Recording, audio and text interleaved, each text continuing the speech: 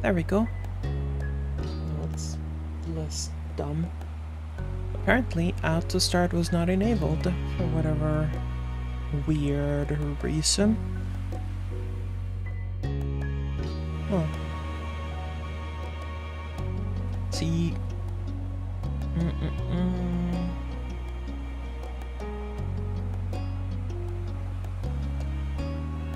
Testing? Seems like my microphone is not working. Huh. Where is it? Hey, Commander, welcome back. I know, right? It's, okay, my microphone is working. This is just being weird. How's my voice in the game music?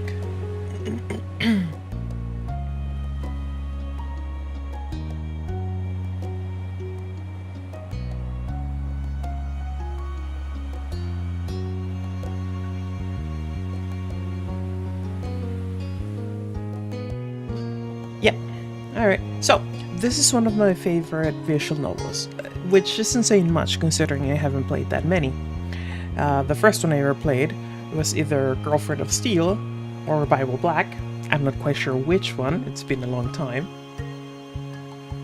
And after that, I don't think I played a single other visual novel. Ever. So, you know. It's gonna be interesting. Oh, did you not know Bible Black was a visual novel? Because it is. Bible Black is a visual novel. Anyway. New file, right? Right. Would you like gameplay explanation sections to appear? Oh, it is. It was originally a visual novel, Commander. So, our live tutorial time. Welcome to our live, beginning in always.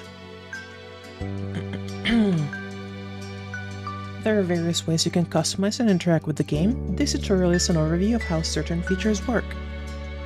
You can read the full tutorial from the main menu to learn about everything in detail. To start off, the game is divided into 4 time periods called steps. Step 1 is childhood, Step 2 is adolescence, Step 3 is young adulthood, and Step 4 is adulthood. Our life is further divided into sets of vignettes that take place during specific periods of time. These are called moments. Moments can be played in any order or skipped entirely. You move on to the next step whenever you want by selecting that summer is ending. Step 1 through 3 include 5 moments, each and even more can be unlocked by purchasing DLCs. Some are out now and other DLCs will release later on. This needs to be updated. As far as I know, this visual novel is no longer updating. It's complete, it's full, it's done, it's finished, right? So, it needs to be updated. Step 4 is an epilogue and doesn't include moments. A lot happens over the years that go by, especially in regard to the character you play as.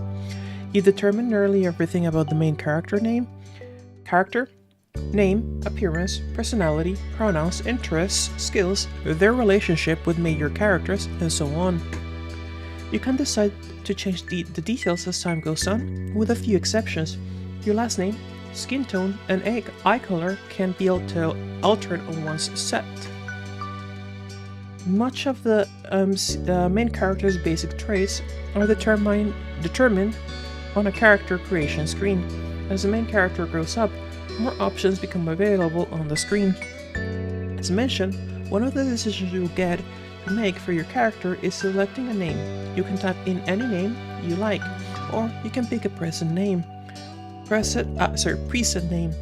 Preset options are called voice names because the name will be voiced aloud by the romantic lead. You get to hear him say your name as you play through the story. Only the default name, Jamie, is included in the base game. Hundreds more can be added by getting a free voice name expansion DLC. The full collection of names is separated out as a DLC because of how large it is. If you're not interested in that feature, you need to get it. Each name in the DLC belongs to or was selected by someone who supported this project. On the character creation screen, there is a cute doll you can decorate to get an idea of what your main character looks like, with the different traits you put together. No, not all the things you decide about the main character appear in the doll. The script referencing what you've decided for the main character is the main way those decisions influence the game. Our life has a first-person perspective, so your character doesn't appear next to other character sprites. You only see the main character as a decorative doll and in special cut-in CG images. The cut-in CGs only appear if certain choices are made. It's possible not to see any during a playthrough. There is also a second type of special main character-based screen, the interest comfort screen. Unless you get the DLCs, the game has one love interest, Cove Holden. He grows up with the main character, and the interest comfort screen is crucial for determining how that plays out. Interest level sets how much you like him. There are 4 levels: disinterest, fond, crush, and love. Love is only available starting in step 3, if you are at fond or crush at step 2. Comfort determines how you generally react or think when it comes to him. There are 3 levels: nervous, relaxed, and direct. Your level of interest and comfort will set the type of dynamic your character has with the love interest. What he did in the past will influence the present, and feelings can change over time. You get to pick your interest, comfort, near the beginning of every step. Comfort can switch between the 3 levels as you please. Your interest level can only stay the same or increase. Your current level of interest will become the new lowest option on the screen in the future. For example, if you decide to be fond in step 1, this interest will not be available in the screen in step 2 and 3, which will make fond the bottom level option for your relationship. Interest level has an impact when it comes to physically interacting with Cove. While growing up, things are rather simple. If you get along with one another and have a close relationship, you can choose to touch him, and Cove will occasionally interact with the main character in light-hearted or comforting ways. But starting in step 3, touching can become more romantic or suggestive if you are at crush or love. To make sure things go nicely there will be an extra choice to determine initiative level and a bonus mini tutorial that goes along with the choice to explain the feature in more detail. Basically, even if you decide you like Cove, the game won't force you to act on those feelings. You can always choose not to get together with him, choose not to accept or give romantic gestures, etc. If you decide to take Cove, though, you can't break up with him later. Interest comfort gets the basics down, but it's the choices that appear throughout the normal game events to decide what actually happens between the main character and Cove. And it isn't only the main character who is impacted by your decisions. Cove grows and changes over the years. How he's treated and what he experiences help shape who he becomes. In step 2 and step 3, Cove's personality, appearance, and interests will vary based on what happened in the previous step. It's something of a mystery exactly how your decisions end up changing him. You can try to guess as you go along. Or, if you prefer, you can also just assign your own ideal Cove directly using the Cove creation option that pops up at the beginnings of step 2 and 3. Making the choices you want is always more important than making a choice because you feel like you have to in order to get a certain result. When a choice does appear, usually you'll see that hovering the cursor over an option shows a certain color: yellow, blue, or green. The colors aren't related to specific points or effects, they're only there to give a bit of insight on the tone or emotion of the choice, since the text alone can potentially be read in more than one way. Blue tends to be casual or straightforward, yellow more emotive or reactive, and green less certain and uncommitted. Though there are hundreds of options in our life and not every choice menu falls in line with that pattern, picking just one color every time doesn't give a gameplay benefit, only stick to a certain type if that's what you happen to like. Otherwise, switch between them freely. Always pick yellow, never pick yellow. pursue romance right from the start, never romance the love interest, be disagreeable, amiable. None of them will lead to a bad ending. As far as I know, there are no bad endings in this visual novel, but maybe I'm forgetting something or misremembering. You're welcome to enjoy the events and shape the story without reservation. And then, if you like, you can play again to try something new. There's only ever more good content to discover. We hope you'll have a nice time with our life. Thank you for playing. Let's go. Alright, let's design the character, you guys. One of the things that I don't quite like about this is how bright it is. So I'm sorry for any dark mode users here, because I just flashbanged you. Anyway, let's see what pointed, oval, peach, square, or round. Round, oval. I go with oval. Skin tone, tan, brown, dark brown. Holy shit, that's really pale. Peachy. By the way, I have played through this visual novel. I played as far as the end of step 3, I think. I didn't get to play the wedding, I don't think. It wasn't out when I played it. I ended up getting the DLC for it at some point, but I don't know where I put it, or if I even saved it last time I formatted my computer. So a lot of this might be familiar to me, or it might also be entirely new. I haven't played it in quite literally probably like 3 years, maybe more. Alright, skin tone tan. A little closer to me. I've been told I'm closer to olive and brown. I don't see it, but hey, whatever. Let's leave it at 10. Eye shape. Round 1. Come on. Come on. Smug Fox is like my entire thing. Rectangle 2 is gonna be probably my choice. Or lidded 1. Shit, tough choice. Yeah, rectangle 1. Color. Okay, that's creepy. It reminds me of the yellow-eyed demon from Supernatural, Azazel. Good times, good times. Wait. But no, I'm not going with that. Gold? Nope. Orange? Nope. Come on. Would I be me if I didn't use the best color for eyes, which is red? Absolutely not. This is not a hentai. Purple. I would love to, but I'm not Valyrian. Blue. Meh. Green. Eh. Gray. Not a Stark. Brown. Beige. Yellow. Nope. Red. Cool.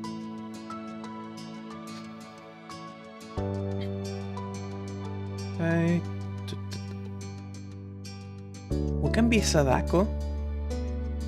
We can totally be Sadako, right? It'd be cool to be Sadako. You can't tell me that does not look like it's like Sadako from The Ring. Long. Alright, keep it in mind. Nope. Nope. Nope. Absolutely not. Nah.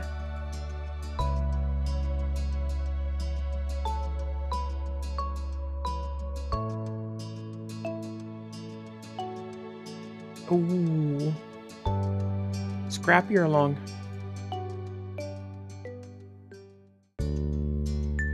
Really? You think so? It made me think of Sadako.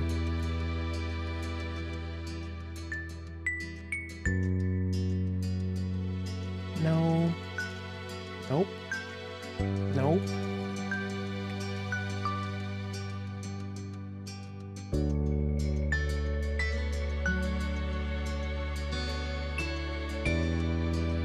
I think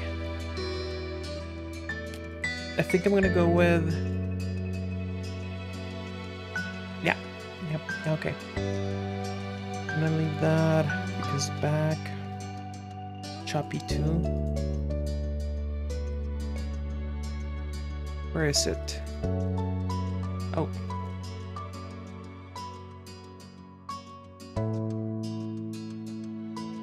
Scrappy, curled, pigtails. Okay, so apparently there's no choppy 2 in the back part. I gotta remember not to click. Okay, yeah, no, you know what? That makes sense. That actually kind of makes sense. Alright, you know what?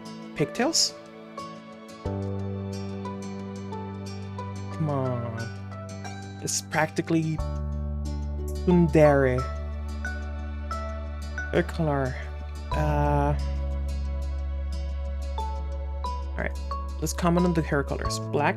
It's pretty standard, very normal. Okay, nothing special. Starting now, that yellow, that looks bright. Less bright, interesting. The best color. 2 pink, 2 purple, 2 blue, 2 green. Good color. Let's go Valyrian, you guys. I know I said I wasn't, but let's go Valyrian. Alright, so for the last name, what should we go with?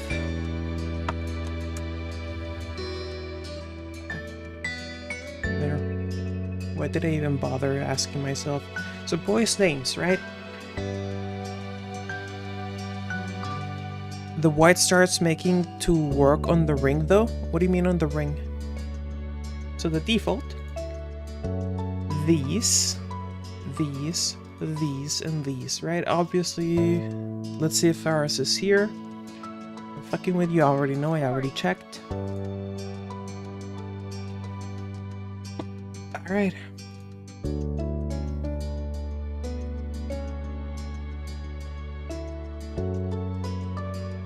Really? But, so that goes...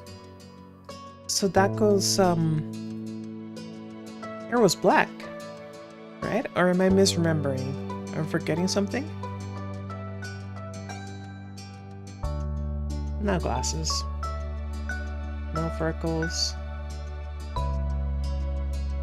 Rosy cheeks, I'll think about it. Scar? No. I mean, it's probably under the hair. And the forehead. Birthmark? Nope.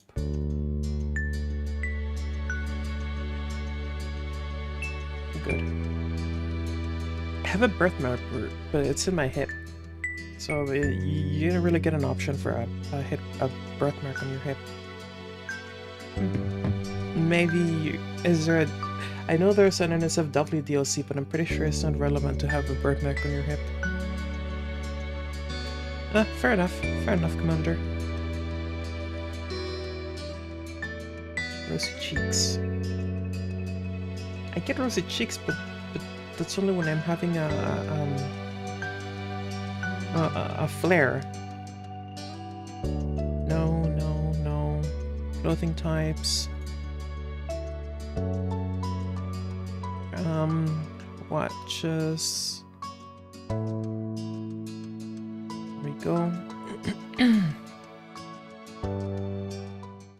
Alright. Summer in Sunset Bird was a special time of year.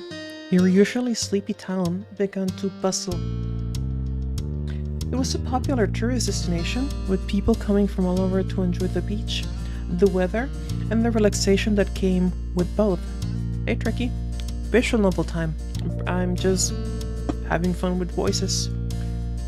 It was the smell of the ocean, crisp and salty, hung in the air. Bringing 3 whole months of schoolless vacation with it. I played this a couple years ago. I loved it. I wanted to stream it ever since.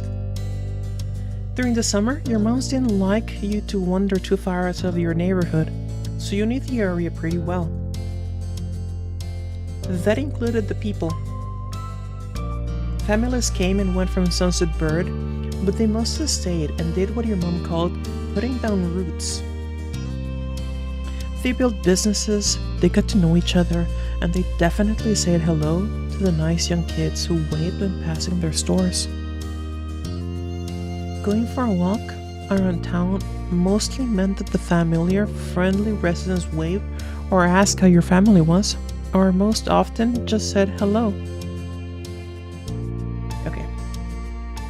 You didn't really get why that they always had to say hi. They saw you every day, but you nodded back at them anyways. You ended up saying hi to a lot of different people, since most of the tourists that came and went every summer were the same ones. You were too anxious to say hi back to most of the other residents that greeted you, but they only knew well enough to expect that. So here's the thing, guys. This is me. I don't get it. I don't understand what people say hi. I see you, you see me. What's the point of the hi? Like, I mean, people you see regularly at least, right? If it's like a completely new thing, yeah, okay, fine, whatever, introductions, I get it. But if it's someone you see regularly, what's the point? Why are they saying hi? I see you, you see me, obviously I'm here, obviously you're there. You need to say hi, thank you. I'm not blind, neither are you. Probably, yeah, probably. It was a polite thing to do, after all, and your moms had taught you to always be respectful. But today, there was a man sitting on the curb outside your house. He was sitting with his hand in his hands, his whole body slumped over, and he wondered if he was even a real person, or a statue that had magically sprung up from the ground overnight. Whoever, or whatever he was, you'd never seen him before. One thing about knowing everyone in Sunset Bird was that people who you didn't recognize really stood out. It was rare for tourists to venture into the residential district, as your moms called it. So for you, not knowing who a total stranger was set off a lot of red flags. Your moms had a talk with you and your big sister Lucy about this kind of situation before. You hadn't exactly been listening at the time. You think it could be okay to talk to new people. They mentioned that some people aren't good to talk to, but other types of people can help you even if you didn't know them. You remember that it's okay to run away if people make a wave you feel uncomfortable. You didn't have to worry about being polite to them. Okay, like, I get it. The number 2 and number 3 are the objectively correct things to do as a kid. But let us be honest here. It's me. But you weren't sure about this man yet, right? You hadn't exactly been listening to your moms when they talked to you about stranger danger, so you think it could be okay to talk to new people. You weren't sure about this one yet, but still, you felt a little bit scared knowing that he was blocking the way to your front door. But you were pretty interested. You wanted to know more about what was going on. Whether he was nice or not, you didn't want to be bothered. Now, here's the deal. This is pretty close to me. This might work, right? So let's go with that. You slowed down, your gaze remaining fixed on the man. There was a split second where your eyes met, and you knew he was aware he wasn't alone on the street anymore. Hey! No. Hey! You raised your eyebrows at the shout. Did he want something? Is that why he was here? The man stood up and started to make his way toward you. Not wanting to seem too approachable, you just folded your arms and stared. Still unsure about him, but willing to be friendly, you offered the stranger a smile. Your whole body was frozen in place as he approached. None of these are accurate to me. I would just stare at the person with a blank face. But this is the closest. The man gives a grin of his own back. Do you live around here? What's your name? You look at the man up and down. Taking in his tan skin and relaxed appearance, at least his clothes were relaxed. The way he was acting wasn't. He had sharks on his shorts and a stingray tattoo, and you wondered if the man was obsessed with the ocean or something. While you made your assessment, he looked at you expectantly, waiting for an answer to his question. Now here, you continue to say nothing. If you do, he rubbed the back of his neck uncomfortably, giving you a small smile. He reached into his pocket and pulled out a clean $20 bill. It crinkled in his hand as he held it up to you. I'm sorry. So I remember this, and I thought it then and I think it now. But a random stranger meeting a random child out the street and offering them $20. Hey, maybe I'm out of touch, right? But that seems extremely creepy. Which I'm pretty sure was the intention here. So good job. Even more confused than before, you look back at him. Well, could you do me a favor? Nothing bad. Sorry, I should have... Let me start over. He cleared his throat and stood up straighter. From where you were standing, it just made him look creepier.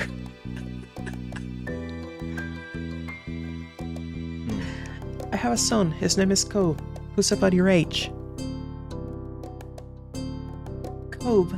That seemed like a strange name for an actual living person to you. You chewed on the inside of your cheek. This guy was definitely obsessed with water. You thought that was pretty cool. I know, right? I'm gonna go with this. The guys seem to be obsessed with water. He wasn't the only person like that in Sunset Bird. We moved across the street, see? He gestured to the house that had been empty for a year, his watch catching the late afternoon sunlight and reflecting off the walls. That gigantic for sale sign was finally gone. You must be Corey McLan, right?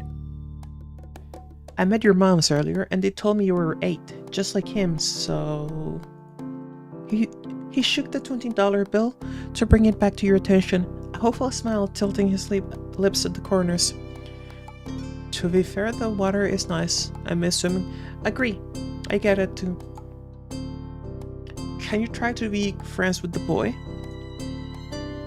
Just give it a chance. And you can keep this. He's a good kid.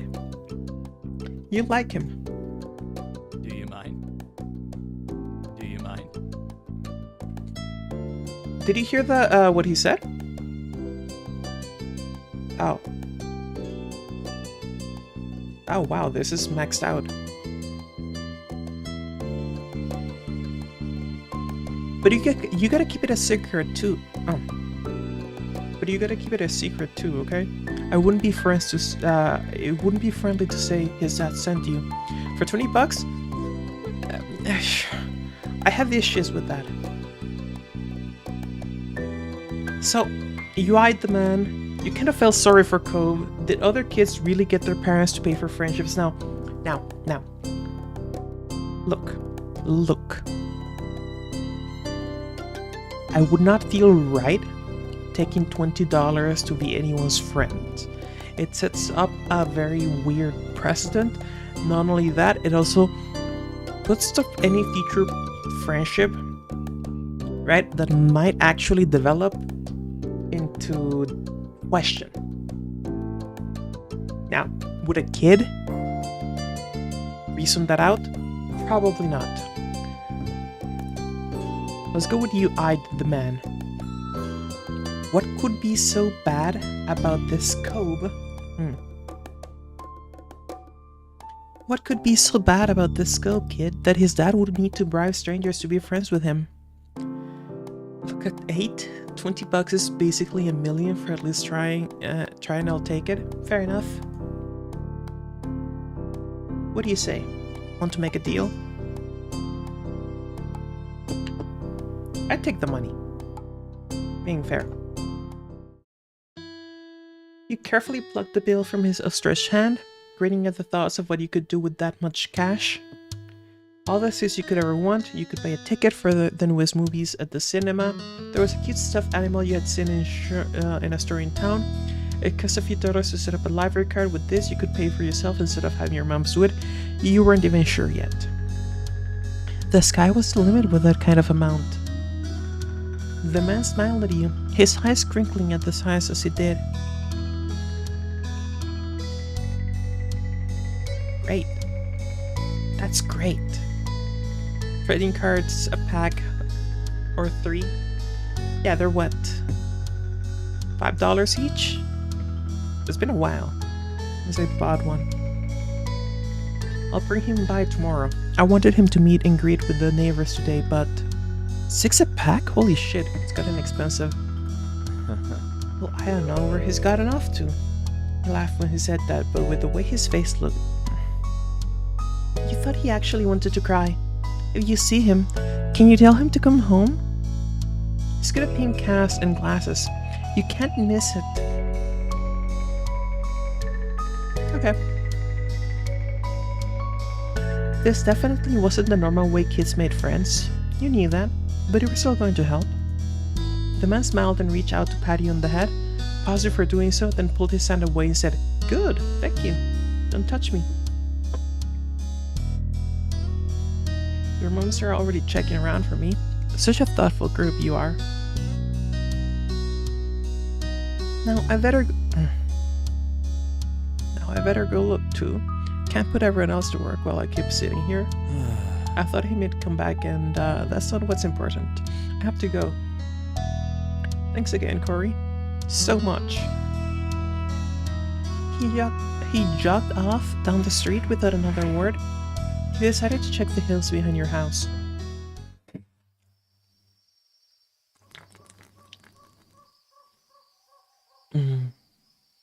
Delicious beer. The chirping of crickets in the tall grass greeted you, quiet and familiar. From the top of the hill, you could see the ocean as you walked. You listened to the crash of the waves on the shore, and the seagulls squawking as you settled down for the night. You always loved the ocean. It was so much fun. You loved to hear stories about the sea, about the merfolk and sea serpents you imagined living far beneath the waves. You didn't enjoy the beach at all that much, especially the sand, which got absolutely everywhere. You really couldn't understand why so many people came all the way from where they really lived just to visit the ocean. You took in a deep breath. You wanted to try to relax and couldn't. You weren't sure what, but something told you that you weren't alone, so you glanced around. There was a boy sitting at the top of one hill, almost completely hidden within the long grass and white flowers surrounding him. His head was buried in his knees, staring ahead by himself. For whatever reason, probably just that he wasn't paying attention, he hadn't noticed you yet. You watched him a minute longer, feeling a little bit like you'd found a deer in the wild. Though deer didn't have, well, any of these. Focus on the hair, the eyebrows, the glasses, the cast, or the frown. Legitimately speaking, which one would I notice first? Assuming the green hair is natural within the universe, I wouldn't care too much. I mean, I would care, but it would probably not be the thing I paid the most attention to. Same for the eyebrows. The glasses, yes, but mostly because they're red. The pink cast is what I would notice the most. But this new boy did. You wondered how he got it. After a few more seconds, you took a step forward, then another, and then he glanced your way. His aquamarine eyes reflected the light of the moon. You stopped, raising a hand to acknowledge him and show you weren't scary. Yeah, fair enough. Hi, a space cadet. And are you lost? No.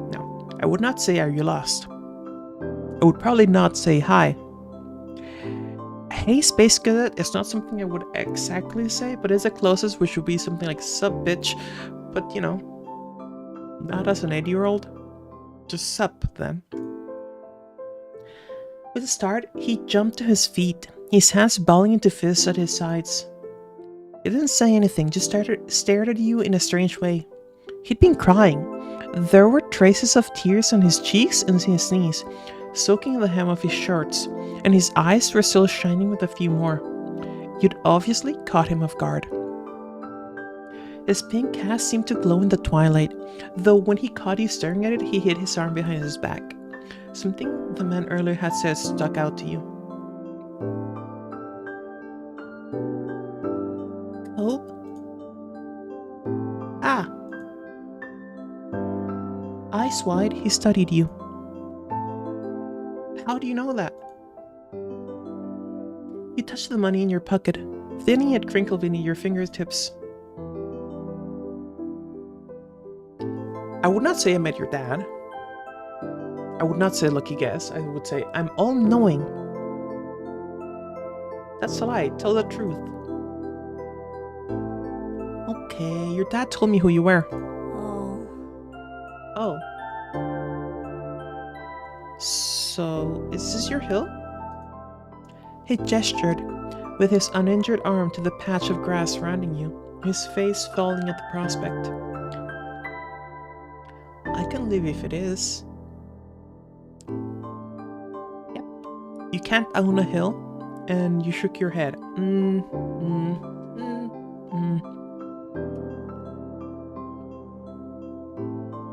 Yep. Bye then. Wait, you can stay. I'm not kicking you out. There you go. We can share. But you said I don't have to make people leave just cause it's not theirs. Other people can visit. His face relaxed a little at that, and he toed the grass beneath his shoes. Beneath his shoes, timidly. Oh. He sat down with a thumb, resting his chin on his knees again. Curious about the strange new boy with the odd dad, you sat on the patch of grass next to him. The pure white flowers that covered this hill rocked back and forth gently as the stars twinkled above. The way they dotted the sky made them seem like flowers too. The night wind was cool as it traveled all over the ocean and up the hill, chasing away the heat from the afternoon sun. Why are you here? Or, why'd your family move? I'd go with, why'd your family move? A quiet hiccup escaped Cove as soon as you asked the question. Almost like they'd never stopped, his tears started up again with a vengeance. My parents, they didn't want to live together with me anymore. The tears fell fast and heavy over his flushed cheeks, sticking in his dark lashes. His hair is green. His lashes are not dark. My mom made my dad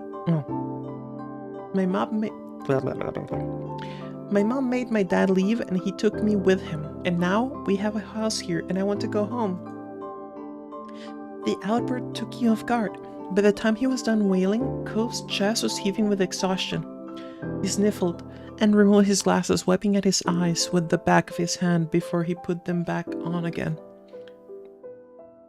I hate this place. I want my real life back. I want my mom. So we can go with, I'm sorry. Your dad seems kind of nice. You like it here. You just have to get used to it. Or you can just go fucking savage with stop crying.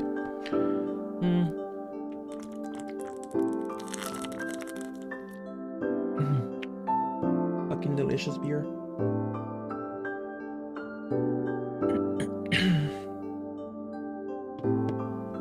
I'm sorry.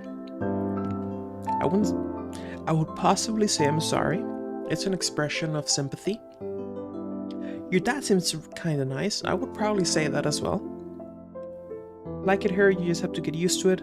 I might also say this, and I would be lying if I said that I wouldn't say stop crying. So, what should we go with?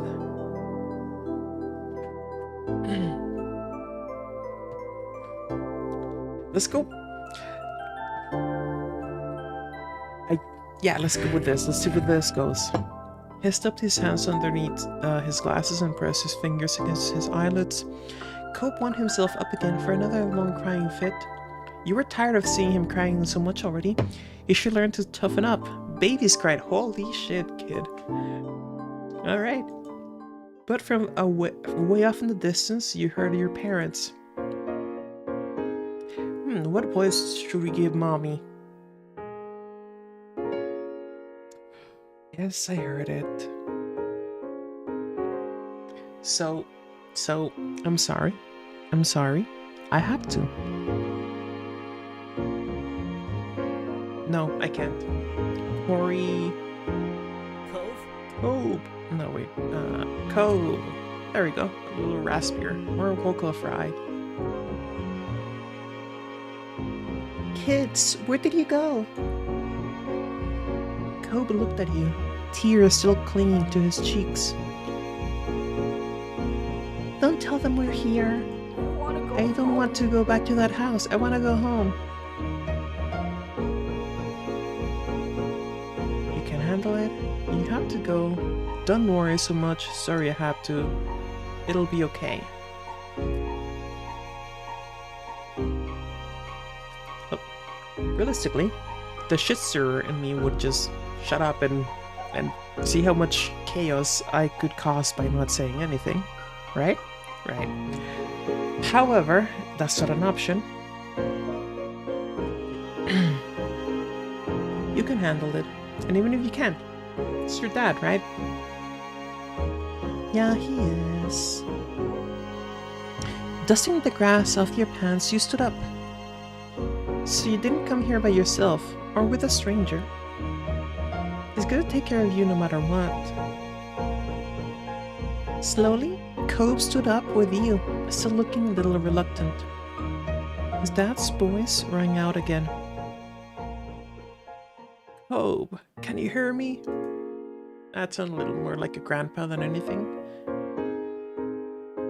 He looked toward the sound of his dad's voice, silent, then turned away while rubbing his not bandaged arm. That's not a bandage, it's a cast. Sorry, I still don't want to go. You called out yourself, you waited silently by him. Alright. That's not waiting silently, but okay. Yeah, I get it. You do? Before you could answer, you heard Cobe's dad, even closer than before. There you are. No. There you are, bud. The trio of parents appeared over the curve of the hill. Instantly, their eyes landed on you and they rushed over. Both of your moms were at your side in a split second, faces filled with worry. Corey, you're here after all. We'd been looking at the park to check for Cove and then heard what happened earlier when you met the new neighbor. I thought you might have gone further away. No, we're just sitting in the grass. Why is everybody acting like this is such a big thing? Okay, don't worry. Cobb didn't want to go home just yet. I'd probably go with this or this. So...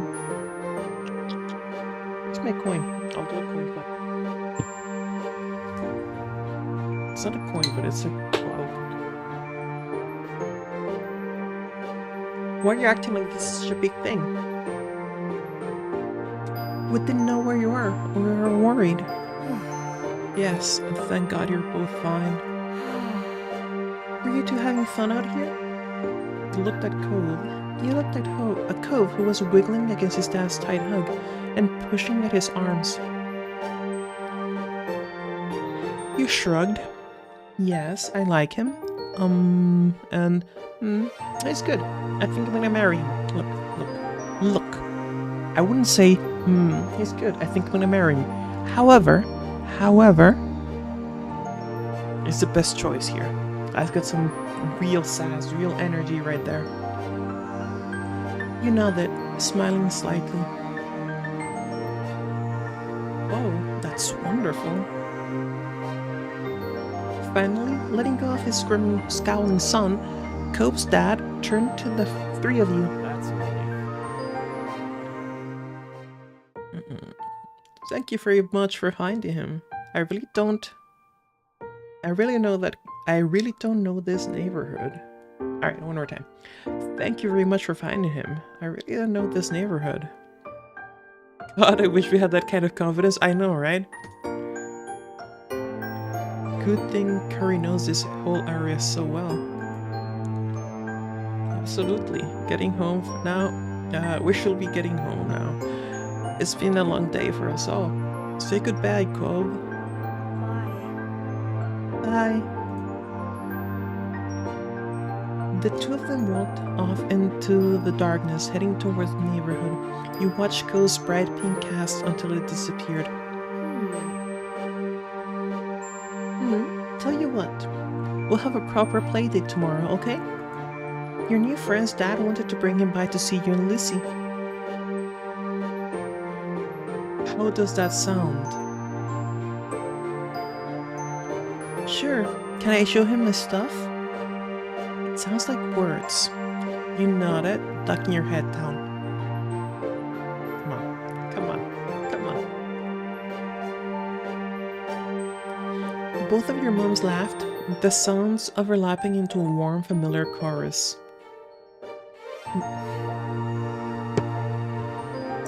Look. There's no way I can say that word without it something weird. I'm sorry. The modern internet has corrupted this word. It is now not what it used to be. That's not my fault. I am sorry. Mommy put her arm around your shoulder and led you towards the path. Satisfied and more than a little ready to go to bed after your long, exciting day, you followed them home. There we go. So, choosing your feelings for Cove, this is how you feel towards Cove for this step. It can change in later steps, right? So we're gonna go with direct. This is relaxed and this is nervous. I'm unwilling to do nervous, but I will accept relaxed and direct. So, what do you think?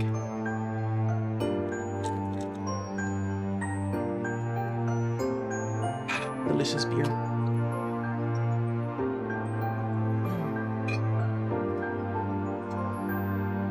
I'm gonna go with direct. Yeah, that's already there. So for this, indifferent, bond, or crush.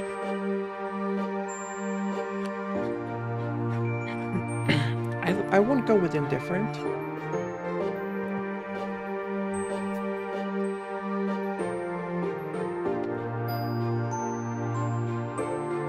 Bond or crush? Bond or crush? What do you think, Commander? What do you think, voices in my head?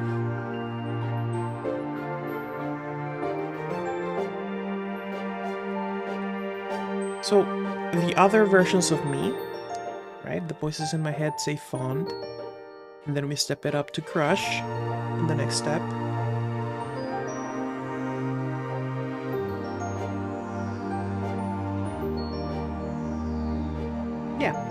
Yeah, I'll do this. You won't be able to change it again until step 2. Yep, let's go. Actually, it's unlikely to crash. However,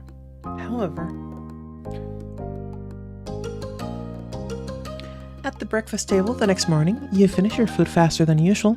Your sister Lucy had run off earlier to go play, but you stayed put. Today, just like your moms had promised, Cope was coming over to hang out. Excited to see your new friend again, Cory? I like him. How sweet. Oh, sweet. I'm so happy he moved in. Okay. With that said, how are you done with your breakfast? Yeah. I don't know. Am I? Your bowl was entirely empty, so you know that. I'm gonna go with this one. You gestured onto the empty dish in front of you, raising your eyebrows dramatically. Okay. Okay, we'll see. Good job. He should be here soon. Cleanup began, and then on cue, there was a knock. He was hesitant, like the person wasn't sure they were in the right place. Still loud, though. We need to get a more obvious doorbell. I know. Hurry, could you get it? I'm sorry.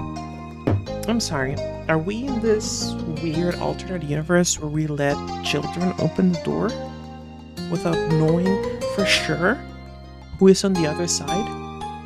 Like, say, if they had a camera? Sure, but... Ow.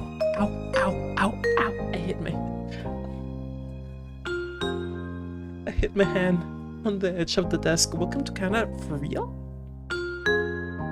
Man, maybe I should live in Canada. Wheeling out of your chair without really pushing it back, you made your way to the door. Hey, Miklan family. Thanks for having us. Wait.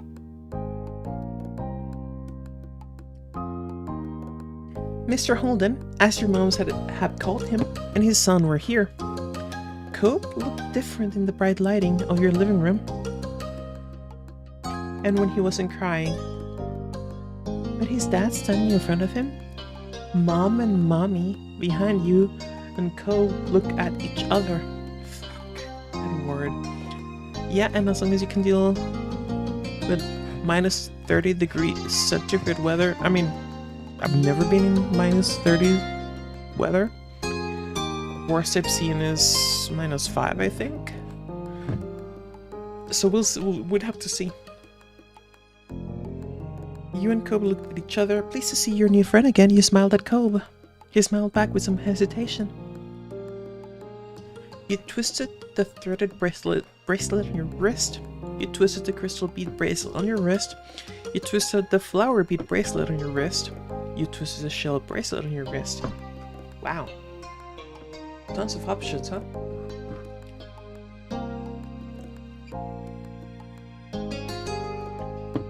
What kind of bracelet would I have?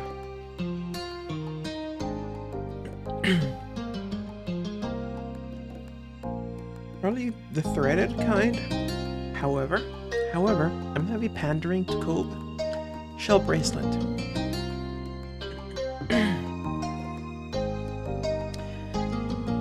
Mom, we're gonna go play in my room. Your guest blinked, but didn't protest. Okay. Take care. Let us know if you need anything, you two. Have fun, kids. See you. See you later. Son, play nice. You led him to your room, puffing out your chest a little bit at the sight of your treasures. There were lots of stuffed animals, a cool bed, a window to look out. It was a great room. You hadn't had anyone to show it to in a while, but you were really proud of it. You leaned in a little closer to one of your drawings on the wall. I like this. Me too. I drew that. Thank you. I don't. Let's go with me too. Okay. You smiled at him. You were proud of that particular piece of art, and you were glad he noticed it. You turned to look around the room a little more, studying the books on your desk and the pictures on the walls. You started to feel a little bit nervous. You felt the atmosphere was kind of awkward. You were glad for the company. You hope he liked your room. I'm gonna go with... You were glad for the company. It was nice to have someone new to play with. Then his eyes landed on the tiny box of beach things you'd collected. tucked away by your door. You took a step towards it before hesitating and pointing at it instead. What's that? A hoard of stuff I found on the beach. Oh. Do you have any driftwood in there? Dragging the box into the middle of the room, you and Cope flopped down next to it. I do. Look. You gestured to a piece at the bottom, still covered with specks of sand. Neat. Neat. This is a good collection. You get the sense from the tone of his voice that he wasn't just saying it to be nice, or to be like Shiloh. He actually meant it. I forgot about Shiloh. Shiloh?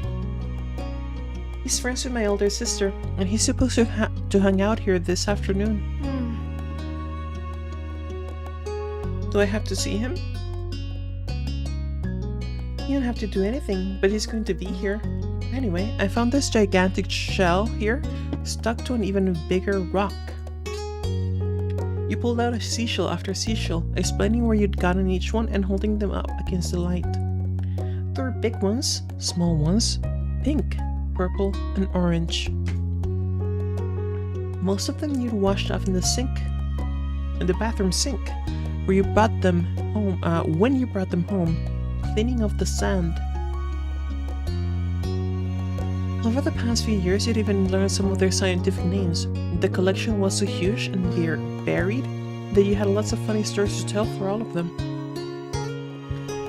Your voice faltered a little bit, but you kept going as best you could. Probably this one. Scientific names. You had a whole picture book dedicated to different shells and sea life. You'd learned a lot by flipping through the pages.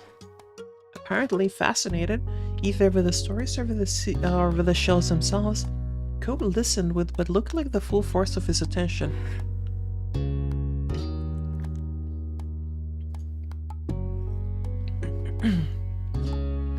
It was a new experience to be the center of such dedicated focus.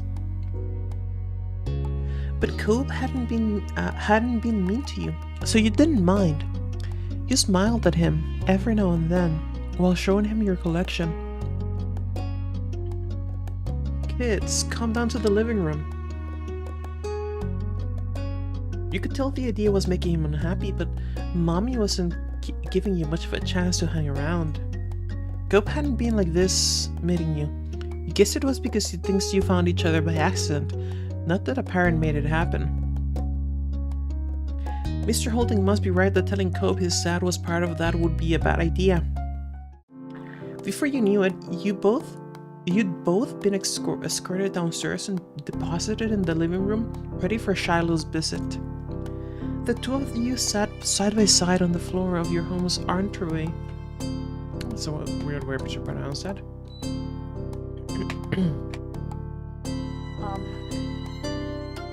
I brought the box of seashells. I want to keep looking at them.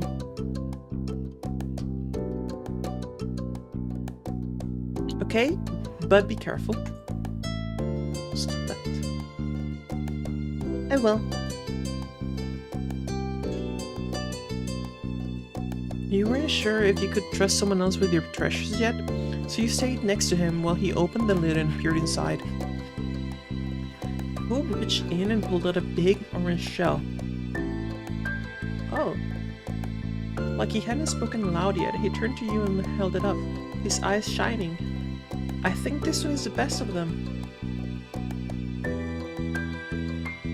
I like a different one best. I can show it to you. That's my favorite too, and you can take it. I would absolutely not give anything of mine to anyone for any reason. I'm very possessive of my things, right? I have issues like that. I used to be the kind of person who would be like, what if the thing feels sad because I give it away or I threw it away? I've long since stopped anthropomorphizing things and assigning them feelings. However, I would never, ever say you can take anything of mine. cannot. That's my favorite too. Let's go with that one. At least not, by the way, at least not out of the blue. Right? Co smiled at you and you both admired the shell together. It was a giant conch with shades of dark and light orange. If you held it to your ear, you could practically hear the ocean. I found that one last summer when we went to the beach on a picnic. The two of you were still sitting on the floor, looking through your collection of beach findings when the doorbell finally rang. Mr. Manager, what did you... The hell?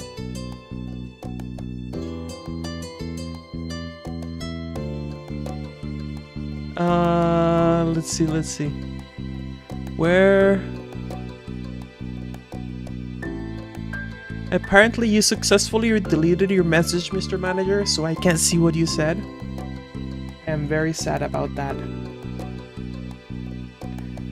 The two of you were still sitting on the floor, looking through your collection of beach findings when the doorbell finally rang. Cope jumped, startled by the sound. Since the person hadn't knocked, you figured it was probably Shiloh. He knew where to look for that. Liz's friend? Liz's friend? You know that, but that didn't seem to make Cope feel better. It was already obvious that Cope didn't hide his feelings well. You could tell what he was thinking right away.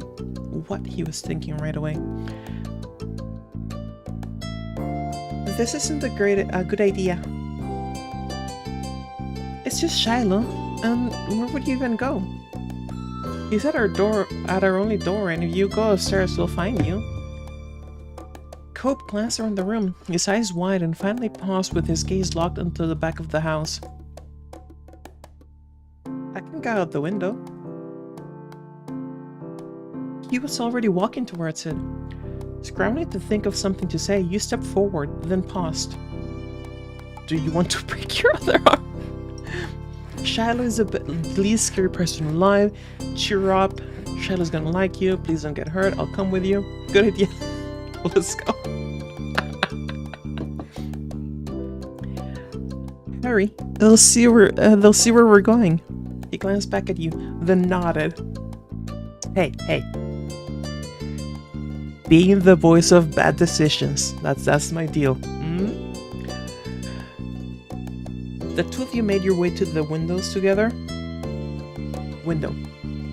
It wasn't much of a distance to clamber out, but by the time you landed gently in the bushes, you look up to see that Cope was already taking off away from the house. Bitch, wait for me, come on. He was fast, but you knew you could outrun him if you had to. He was not that fast. You knew you could outrun him if you had to. He was not that fast, but neither were you. And at that speed, you weren't sure if you could go fast enough to reach him. Look. I have my pride, okay? Cope! You ran as fast as your legs could take you, grass whipping around your ankles as you did so. Cautiously, Cope slowed down to a halt and looked back at you. Where are you going? I don't know. Somewhere else. I want to see... Too late. Shit, what voice can we give Shiloh? Cory! Oh shit, no, that's too bad. Cory! Nope. Cory? Yeah, Cory. Yeah. You looked back and saw Shiloh huffing down the hill after you. The back way he clutched, bouncing all around along the way. What are you doing? Can I come? He must have seen you leaving out the window and following behind. Hi. Oh, hi. Are you Cope? Yeah. Yeah. I'm Shiloh. Okay. Yep. Are we going back? Or are you gonna play outside? Shiloh's eye moved between you and Cope. The smile remained strong on his face. It got a tiny frown from Cope in response. We were just grateful he hadn't asked why you had been running away. inside, we left the box on the floor. My stuff! We need to get it before someone steps on it. Okay. With Shiloh trailing behind, you and Cove headed back towards the house. The plan for the afternoon, at least as far as you were concerned, was to sit and look at the beach things some more. Man, kids can be boring, huh?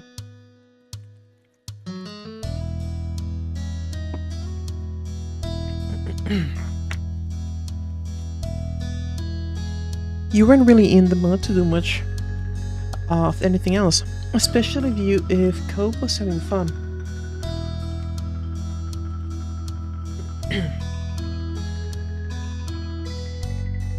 This is a scallop shell I found last week. I keep it because it looks neat. Hey, Mr. Manager, welcome back. Yes, this is my favorite visual novel, which, as you said, is not saying much. I haven't played that many. It's like Girlfriend of Steel and Bible Black. But, it's a great one. Yes, in case you weren't familiar with it, Bible Black was a visual novel before it was a hentai anime thingy, whatever. This is it's a pretty color, kind of like my cast. The beautiful glittering pink did look a little bit like the wrap around his arm. Pink is a nice color. Oh wait, no. Pink is a nice color. A little weirder for a voice, but whatever. Okay. Oh? Is it your favorite? Nope, not too much. Not really. What is? Maybe green or blue. It might be jello. Oh no, yellow. There you go. Correct pronunciation. Do we send her to the Katawa Shoujo Mines, folks? It's on Steam now. Oh, think about it. Oh, those are all cool. I guess. I like those colors too. There are better colors. Not sure how to deal with the suddenly more awkward sound as you look back at your shells. See, since I can't say red is a superior color, and I'm not going to say that those colors are good, and this is not definitive enough, you're wrong, of course, but that's okay. You can't always be correct. Red is a terrible color. You are also wrong. And biased, by the way. I know you're biased. Come on, Tabak, Mr. Manager. Like usual, it didn't take long for Shiloh to get fidgety. Lizzie was his favorite. Without her around, Shiloh didn't seem to know what to do with himself. And Coop wasn't like your sister. He wasn't that much like you either. Is Lizzie coming back? Don't know. Aww.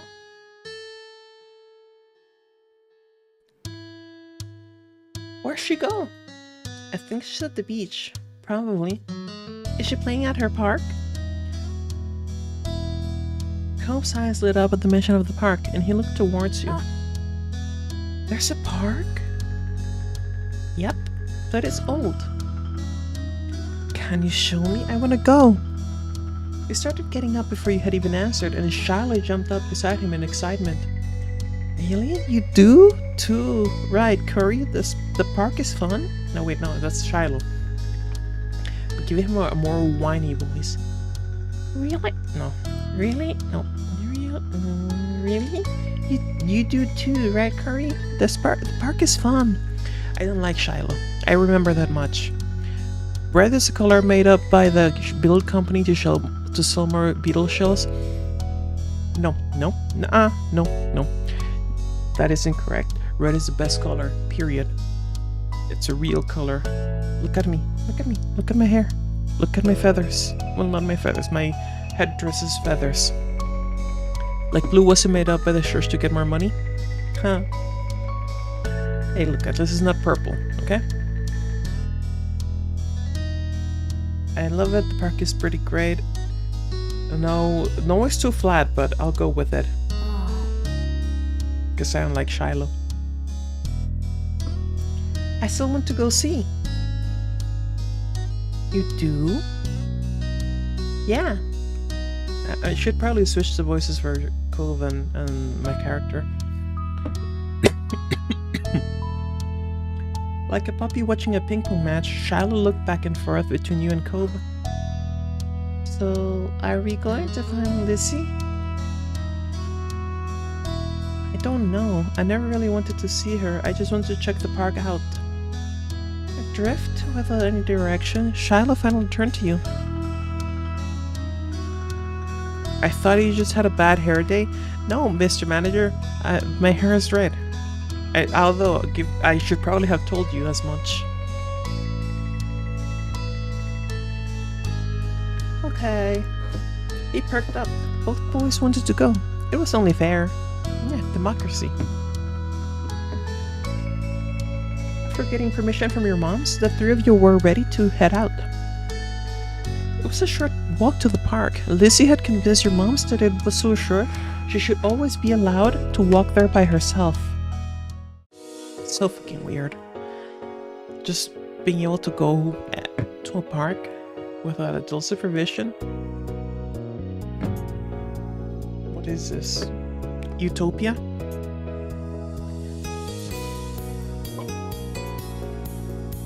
When you found her, she was hanging out on the jungle gym, swinging back and forth. Hey, Lizzie. Her face lit up when she saw you, her big brown eyes going wide. Shit, what voice do we give her? Corey, Shiloh. Hi. Red-headed fox man reminds me of the story where an Irishman gets together with a kitsune. Stuff of nightmares or kid could be. How could you? Why? She dropped to the ground and landed with a thought in the sand. In a split second, Shiloh had abandoned you too and scrambled over to stand by her.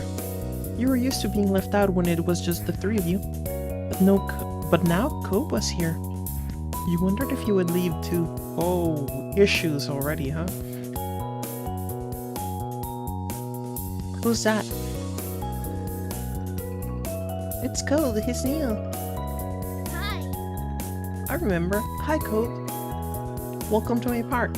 Nobody ever comes to play here, so this is where we get together. She gestured widely with her arms as if to present the area to the newcomer. While Lizzie continued talking, you took the chance to kick off your shoes and wriggle your toes through the warm sand. Nice, huh? In this neighborhood, I'm the only one who comes up with the ideas. You are? Uh-huh. Yeah, I am. Who else could handle the job? Lizzie is the oldest. By a lot. Oh. That. Lizzie is the oldest. By a lot. My mom said you're Corey's age. Yeah. Yeah. Thought so. I'm still the only one in this group with double digits. What about the other kids? Other kids? There aren't any. We're the only kids here and Shiloh is just visiting from another place. Not even tourists are leaving their kids here. This is the land of ancients. Be careful that the oldest don't try to steal your youth. Yeah. Oh. Oh. For a second, it looked like he might cry again. But something in his eyes shifted and he looked back at Lizzie. What kind of old people? Like moms and dads or grandparents? Grandparents who don't have kids. They hate kids. Why? We haven't done anything. And only some of them. Of saying stuff like that, you're gonna upset him. Yeah, they're really bad. Yeah, I will with this one.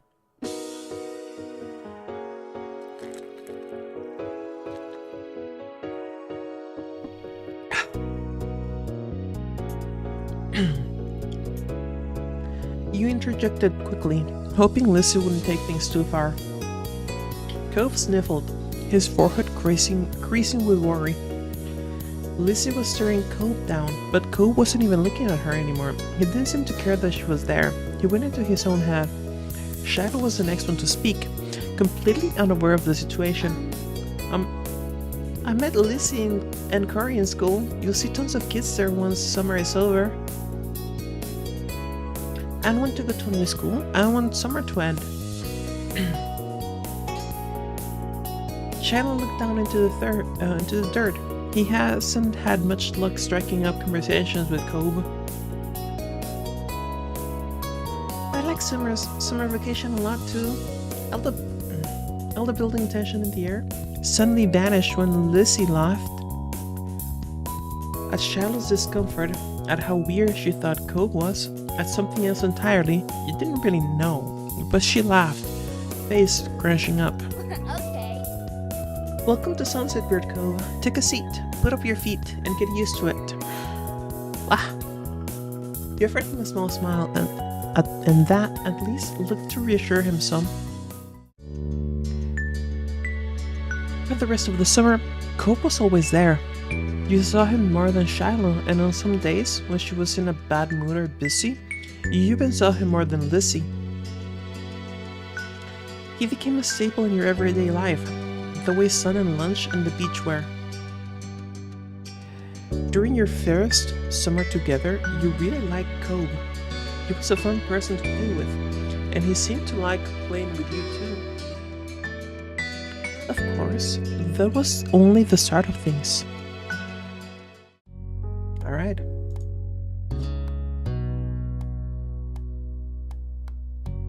Oi. Here you go.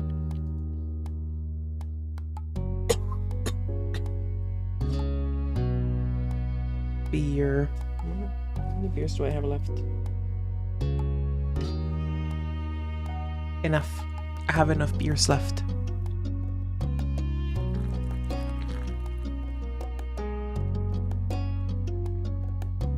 Good night, Commander. Sleep well. I'll see you next time.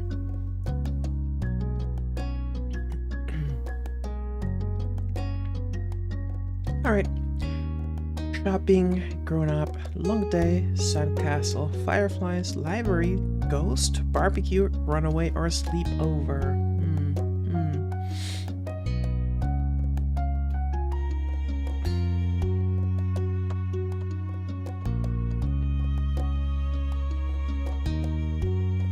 I think runaway. It was early and you were on your way to the playground. Lizzie planned on joining you there later. You weren't sure what she was busy with right now. Older kid stuff, you imagined. That was okay. What's forefront in your mind was if Cobb might be free to come too. As you walked the familiar street, wondering how you might find your neighbor, he appeared right in front of you, almost as if he was a mind reader. Cobb, I was looking for you. Come to the playground with me. No. No, sorry. Cobb looked strangely nervous. It had to be an even bigger deal than whatever mystery thing Lizzie had to do. I'm leaving, Cory. What? Where? He shifted and your gaze was drawn to the backpack slung over his shoulders. Cobb liked to stuff things into his pockets from what you've seen, but people sometimes carried bags with them. It hadn't been very attention-worthy, until now. The pack was decorated with cartoon waves and dolphins. He gripped one of the straps tightly with his good hand. I just wanted you to know. Cobb didn't glance up and meet your eyes. You started to grow worried. I didn't get it. But where are you going? Oh, can I go too? I'll come with you. He looked up at that. You hoped he would agree, but instead he shook his head. I'll come back though, sometime, I don't know when, but we can do stuff then. He directed a fragile smile your way. Without another word, Cobb turned on his heel and started to walk away.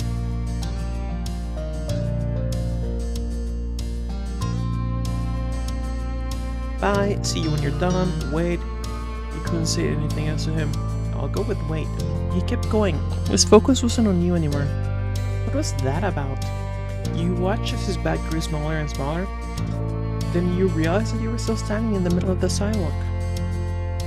You thought about your earlier plan on playing in the park. Suddenly, it didn't seem as fun anymore, not without Cove. But it wasn't like you could force him to play with you. He had things to do. What, I can't follow him? Alright, you stayed there. You could play at the park some other time. It wasn't like it was going anywhere. And you couldn't bring yourself to leave like this. You didn't move from your spot. You just continued to look on quietly. It didn't take long to realize that he was just going on the street. You were positive there was nothing good over there. Not in the park, not on the beach, or the store street, or his house or anything. You broke into a run, heading straight for Cove. He was new. He might not know what you did. You slowed down as you reached his side. He glanced at you from the corner of his eye and frowned. Go away, Corey. But you're not going anywhere. You have to go to the other way to get some place. His mouth twisted further. He didn't appreciate your warning. I'm still going. Why? What are you doing? Walking. Why can't I come with you if you're just walking? Cove let out a deep sigh. You got the feeling that he was starting to get mad at you. I told you, I'm leaving. I'm gonna be gone for a while. You stopped pushing and let him go. I still want to go with you. Can't. Why not? Cove came to a sudden stop. You almost kept walking ahead of him because you weren't expecting it. My dad doesn't know if you come, you'll get in trouble when he finds out. You felt a knot start to grow in your stomach. You're not supposed to be leaving? His expression was grave. He shook his head. Dad isn't home right now. I left him a letter, so if he won't get confused when he gets back.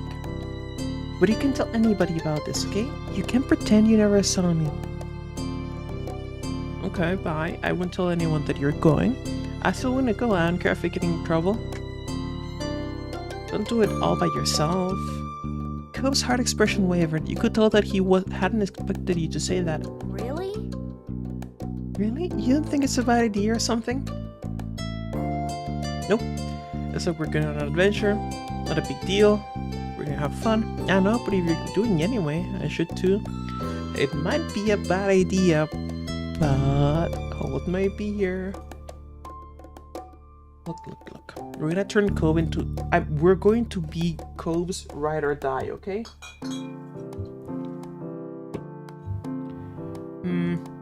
His lips curved into a smile. 1 second.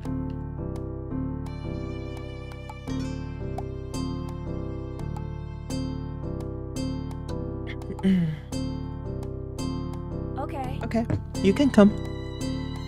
You grinned, pleased that he gave in so easily. You thought it might take longer since he was so set on going alone. You turned a bit in the middle of the sidewalk and stood at Cove when he saw. You pointed over your shoulder with a thumb. Let's go to my house first. I can get my backpack. We can't, sorry. Huh? But you get to have one. It's not that. I don't want our parents to catch us. Your moms could think it's weird we have bags. They might ask. We wouldn't have a lot of time anyway. He motioned to his backpack, hiding it with his hand. Its front bulged out slightly. It's okay. Don't worry. I packed snacks. They'll be fine. You wish you could bring your backpack along just to be safe, but his explanation made sense. Alright, we can leave. Cove smiled. He seemed to be in much better spirits than when you first ran into him. You were glad. He wasn't always this upbeat. That was fine though, otherwise he wouldn't be Cove. But you liked seeing him smile. Cove took the first step and you mirrored him. As one, both of you ran up the street. You were off into unknown territory. You ran through the first few neighborhoods like that, your feet pounding on concrete. Whenever one of you got tired, you'd take a break for a minute.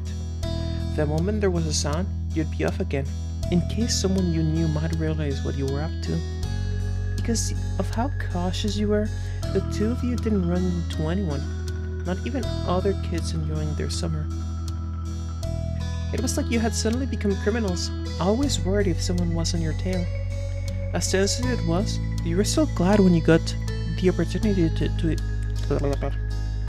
As tense as it was, you were still glad when you got the opportunity to take a proper break. Couldn't wait for you to stop once you got out of the residential district. The houses disappeared, broad storefronts taking their place. You were all the way in the business part of town. This was the first time you had come here on foot. Before, one of your moms always drove you to this place in their car. Job leaned up against a nearby tree and wiped sweat off his forehead. You braced your hands on your knees, breathing hard. You looked over at the road ahead. We're so far. A strange expression flickered across Cole's face at your words, before he nodded. He spoke again, still huffing. My mom's bring me Bliss here for shopping. Yeah, I've never been here before, not without Dad. He looked pleased by that. We're doing good. It's not even nighttime. You were starting to feel good about it too. You were still unsure. You thought it was right to have gone with Cove, but being so far away from your neighborhood made you feel even more weird about what was happening. Clearly, Cove wanted to keep going. For how long though? He couldn't want to keep walking forever.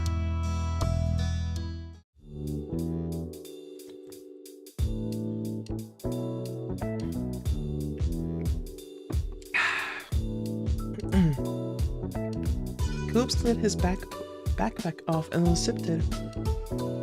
You watched curiously as he stuffed a hand in and searched for something. To your delight, he pulled out 2 juice boxes and offered one to you.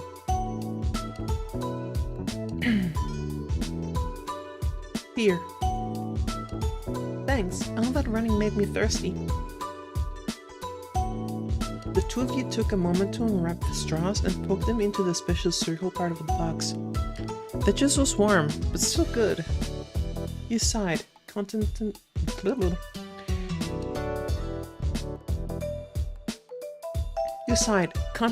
after your first sip. Your throat was beginning to ache from how dry it had gotten. It really had been a while since this all started. As you took another sip of your juice, your gaze drifted to Cove's bag. He hadn't closed it yet. What else is in there? There's still a few juice boxes left. He peered inside to list off the items as he spotted them. I got some snacks from the kitchen too. Chips, muffins, bananas, candy. That was already a lot, but he kept excavating more. I took a couple of clothes, a flashlight, a first aid kit from my dad's bathroom, and a blanket. Look, that first aid kit is a good idea. It's a good idea. However, I have this feeling that they wouldn't have any idea what to do with it. You know, 8-year-olds. Oh, and some money my dad gave me a while ago that I haven't spent yet. Your mouth made a smile halfway through his lengthy list. You brought a lot of stuff. I wouldn't have thought to grab a flashlight or first aid kit. I told you I was going away. You didn't know what to say to that. The little smile Cove had been wearing earlier was gone by now, like he'd never been there in the first place. Oh, damn it. You watched as he zipped up his backpack and slipped it on. He started walking without a single glance over at you, though he did still take small, unhappy sips of his juice. For some time, the two of you went forward in a complete silence. The more ground he covered, the more serious Cove seemed to become. He hadn't looked at you or said anything in a while. He'd just taken your empty juice box from you and stowed it away in his bag. That was it. Hey! Environmentally conscious. That's good. That's good. You knew there had to be more. You knew there had to be more to this. The sun dislodged itself from its place in the sky, dipping lower and lower. The street lamps came on. It was as if they were anticipating nightfall. You tried to convince him to go back. Hey, Cove. Cove finally turned to look at you. You met his gaze head on, screwing your shoulders. It's gonna be dark soon. We should head back. To your dismay, he scowled and shook his head immediately. I'm not going back. I can't. But what about your dad? Oh, shit. But what about your dad? He'll be fine. I left him a letter. If you want to leave, you can. I'm gonna keep going. There was no change in his mind. You realize he was doing this with or without you.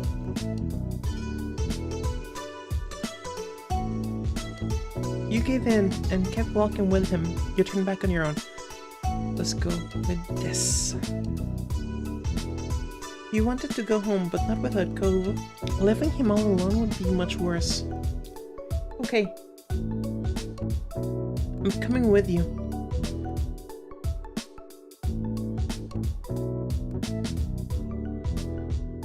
His features softened with the slightest beat at your response. You get the feeling he was relieved by your decision to stay.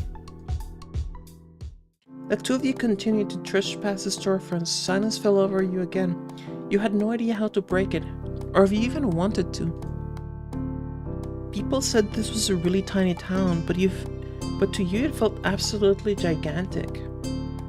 Eventually, the business part of town ended too. There was no sidewalk anymore, only a long expanse of road. You walked on the grass instead. Not even that was enough to stop him. Onward was the only option. Your journey stubbornly continued. The hunch you had about Cove's possible destination soon became a certainty. There was only one way out of town, after all. Your feet hurt. You were tired. The two of you didn't have any parents with you, but somehow you had reached the very edge of Sunset Bird. That's what the sign told you. You'd lived in Sunset Bird forever, and it was a very rare occasion that you'd seen this signed. Most everything in your life happened inside the city. City limits, same thing really. The endless road had seemed scary in a way. The endless road ahead seemed scary in a way. It paralyzed you. You glanced at Cove. You made it here just before nightfall, but now what? Outside of time, there was nothing. How would he get to where he wanted to go? Cove, however, didn't falter. He kept walking. As he neared the sign, he finally stopped. That was a relief.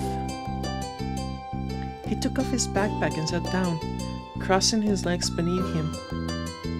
You lowered yourself beside the boy as he zipped his bag open and rummaged through it again. Whoa. What snack do you want? You were almost taken aback by his voice. It'd been a while since you last heard it.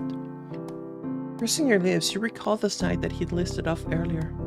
I want chips, muffin, banana, candy, nothing, I'm not hungry. So, I would go with... Hi, Mr. Krieg. Welcome back, it's good to see you. I am indeed alive. I am playing this visual novel. It's my favorite. I would probably go with chips. Or a banana.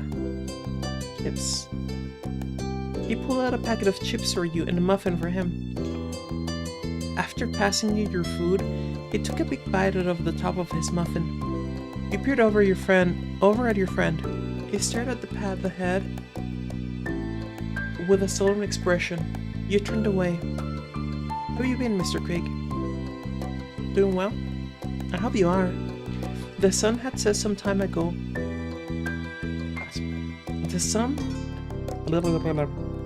sun had set some time after both of you finished eating. Now it was dark, apart from the faint moonlight. You watch Scope grab the flashlight from his bag. What are we gonna do? Sleep out here? I guess. I guess. He was speaking defensively again. Coop flicked the flashlight on. A beam of light cut through the darkness, weakly illuminating the area you sat in. You pulled your legs up to your chest, wrapping your arms around them. You weren't cold. Summer nights were so sort of warm. You just felt like it. Hey, I wanted to ask you something. Good, working on a cosplay, so no sleep. Ah, what cosplay are you making?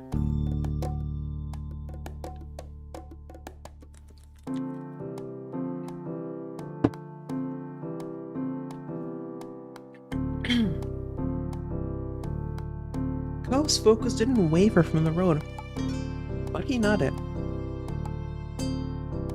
Why do you want to leave Sunset Bird so bad?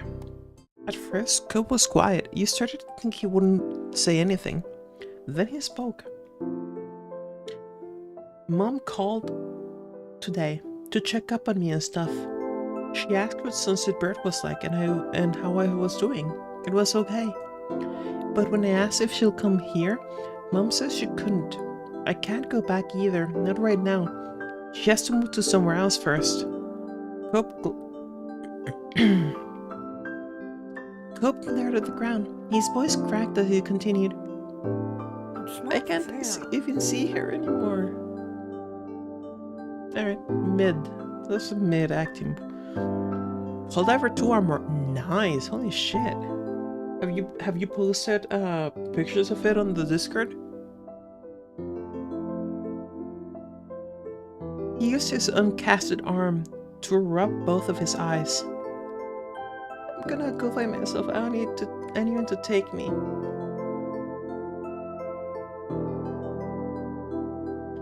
How are you gonna get to your mom's place? That's such a bad idea. This was all just too much, and you started to cry. Do you know the directions to your old house? You're being selfish. Tough. The bottom two are the choices I would make. Right? I would think you're being selfish, and I would say, do you know the directions to your old house?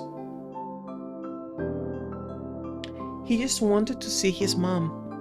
Maybe you would have had the idea to run away too, if you were Cove, but that doesn't mean it'll work. She's not there. They both left it. She's staying with someone until she moves somewhere else. Where's his friend's house? Where's her friend's house? Coop was silent for a minute. It poked a hole in his perfect plan. Then he shook his head, like he was trying to clear it. When he spoke some more, it was mostly to himself. If I don't go see Mom, then she's... Fresh tears... Oh, shit. Boys. If I don't go see Mom, then she's... Fresh tears glistened in Co's red-rimmed eyes. He stubbornly tried to blink them away, but they slipped down his cheeks. You frowned at the sight. No matter what, you hated seeing him cry. I would love to see those pictures, by the way. They sound great. Helldiver armor is amazing.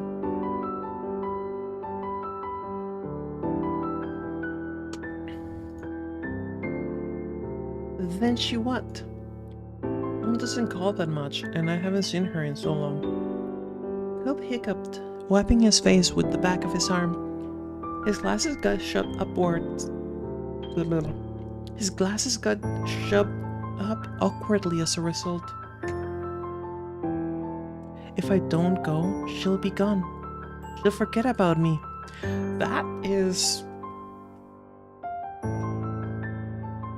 Poor kid. Like, legit, poor kid. It's one of the strengths of this visual novel. It's just really well written. I recently played through the demo for another novel from this author, and it's also similarly good. Better, really. Change your look. Yes, I am now a redhead. She wouldn't do that. How'd you know? She's your mom. She loves you. Your mom's always said that. So it must be true for Kilb's mom too. Kilb sniffled. He seemed conflicted. I'm not sure if that's right. You were at a standstill. Everything will be okay if we just go home. We can't stay here forever, and we can't go out there. We gotta go back. Then we'll stay out here. I'm not gonna go back.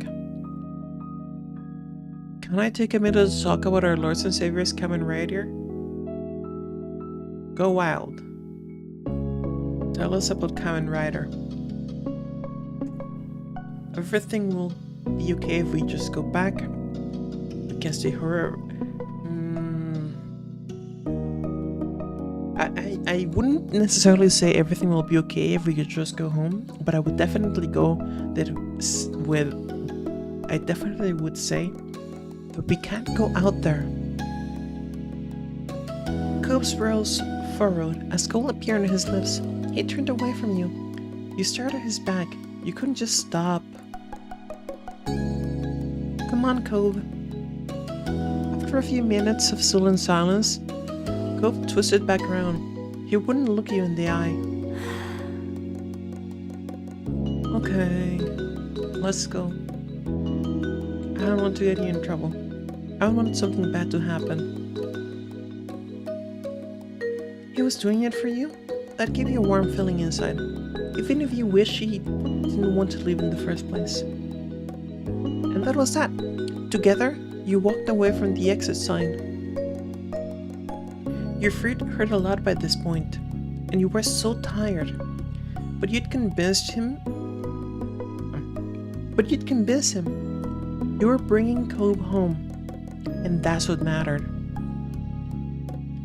On the long walk back, it was only thanks to the occasional street lamp and faint moonlight that you could see in the dark night. You were content to stick close together. Sometimes your drowsy walking caused one of you to almost bump into the other. The back of your hand brushed his. You held onto Cope's hand. You noticed Cope took hold of your hand. You shook your head to try waking yourself up. Right. So we could go with the loot option, the other loot option, and the normal option. What's that? Trickster, friends, people, creature of the internet, I am here to preach the glory of Kamen Rider, the masked heroes and daring kicks, the masked heroes with daring kicks, stylish masks, high-flying action, and fearsome bravery. Good intro. What is this you're playing? This is, can I show... No. So this is a visual novel called Our Life, Beginning and Always. It's pretty much just slice of life, right? You play the life of your main character, and this is the main romantic interest right in front of you, Cope. You play from childhood, adolescence, young adulthood, and adulthood. No killing people, as far as I know anyway. You notice Cope took hold of your hand. Cope glanced at you sheepishly. His fingers curled around your palm, and you held on in response. The two of you continued down the street, hand in hand. You weren't sure how much time passed. All you knew was that one moment you were fighting the dripping of your eyelids while shoving near Cope on the sidewalk, and the next you were snapped back to attention by the blaring beep of a horn. Rebel rouses about for the glory of murder. I'll play some I'll play some Dragon Ball for the ultra violence later. Okay, well, not later. Another stream. All you knew was that... Ah. I'm pretty sure that would get me taken down for copyright infringement. Cope froze. You whipped around to see a car approaching you. It was difficult to make out who it was. The headlights were so blinding. Instead of continuing down the road, the car slowed near where you sat. The window rolled down, revealing the face behind the wheel. It was very familiar. Mom! She shouted back, and not just because there was some distance between you and her. Oh shit, she's angry. Where have you kids been? I've been looking everywhere for you. The town's exit sign. She blinked.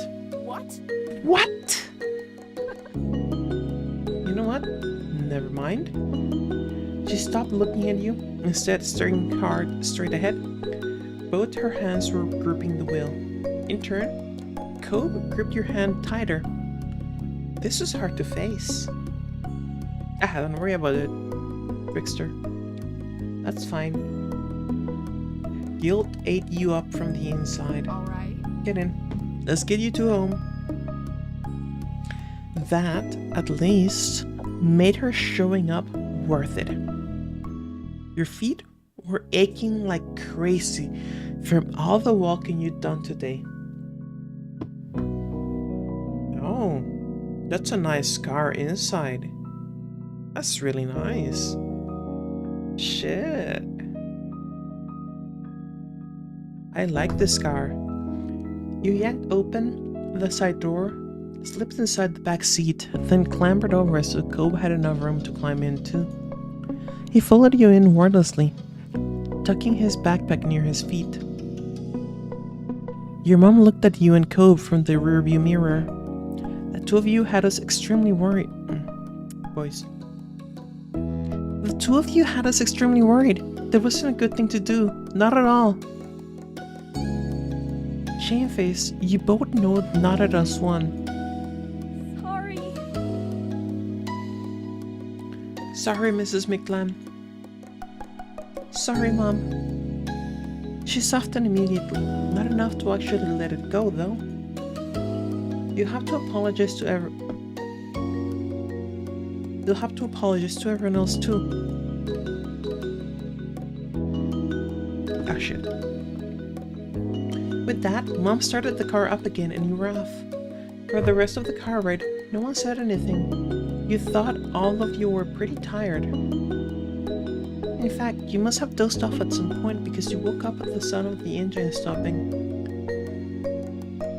Maybe you just have a low tolerance for visual novels. That's perfectly understandable. It's not for everyone.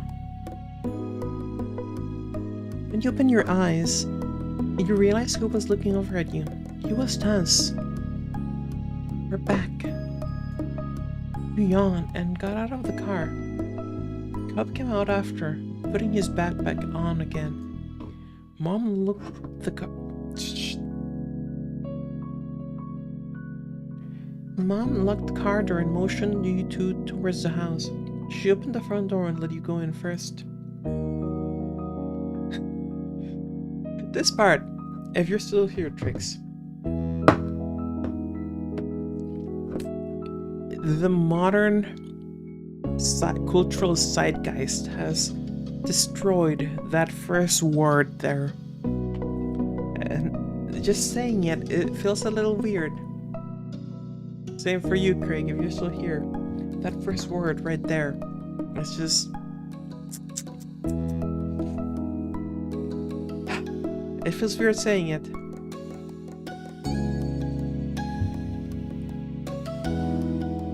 Mommy appeared quickly.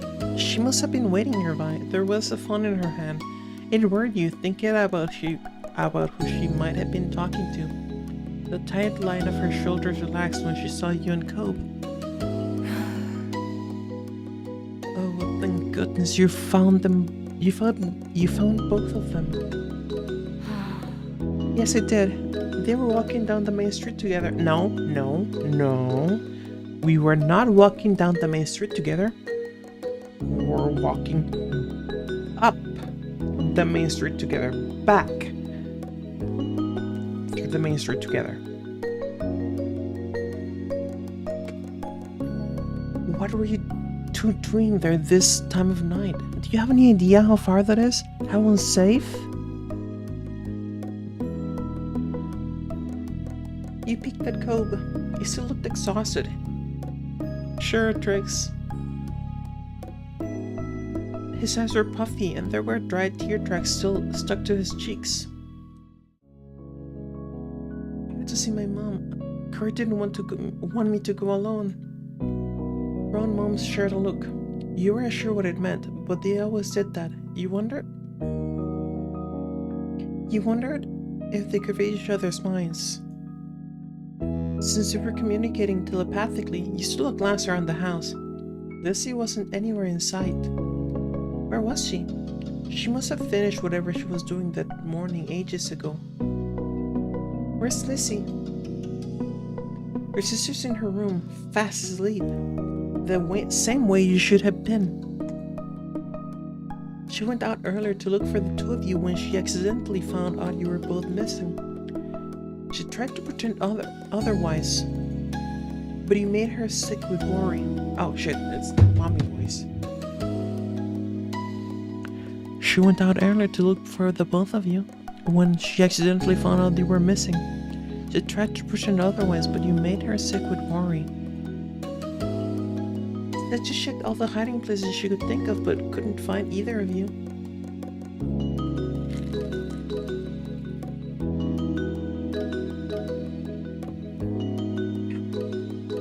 God, this is good beer.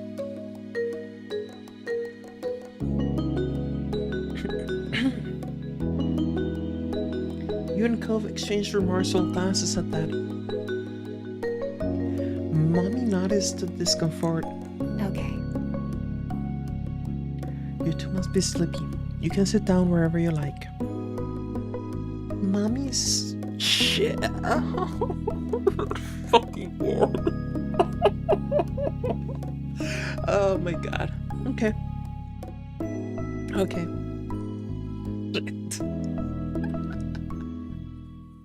Okay. Mommy smiled warmly and motioned to the living room. Cove looked up at her, then slumbered over. You followed close behind.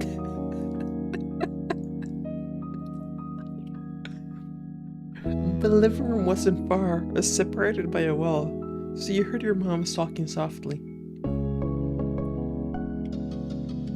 Thanks, Greg. I'll look at it in a moment. He wanted to go see his mother. Poor thing. Well, That explains it. At least, still, I'm not sure it excuses it. It was so dangerous to go off into town like that. He's having a hard time right now.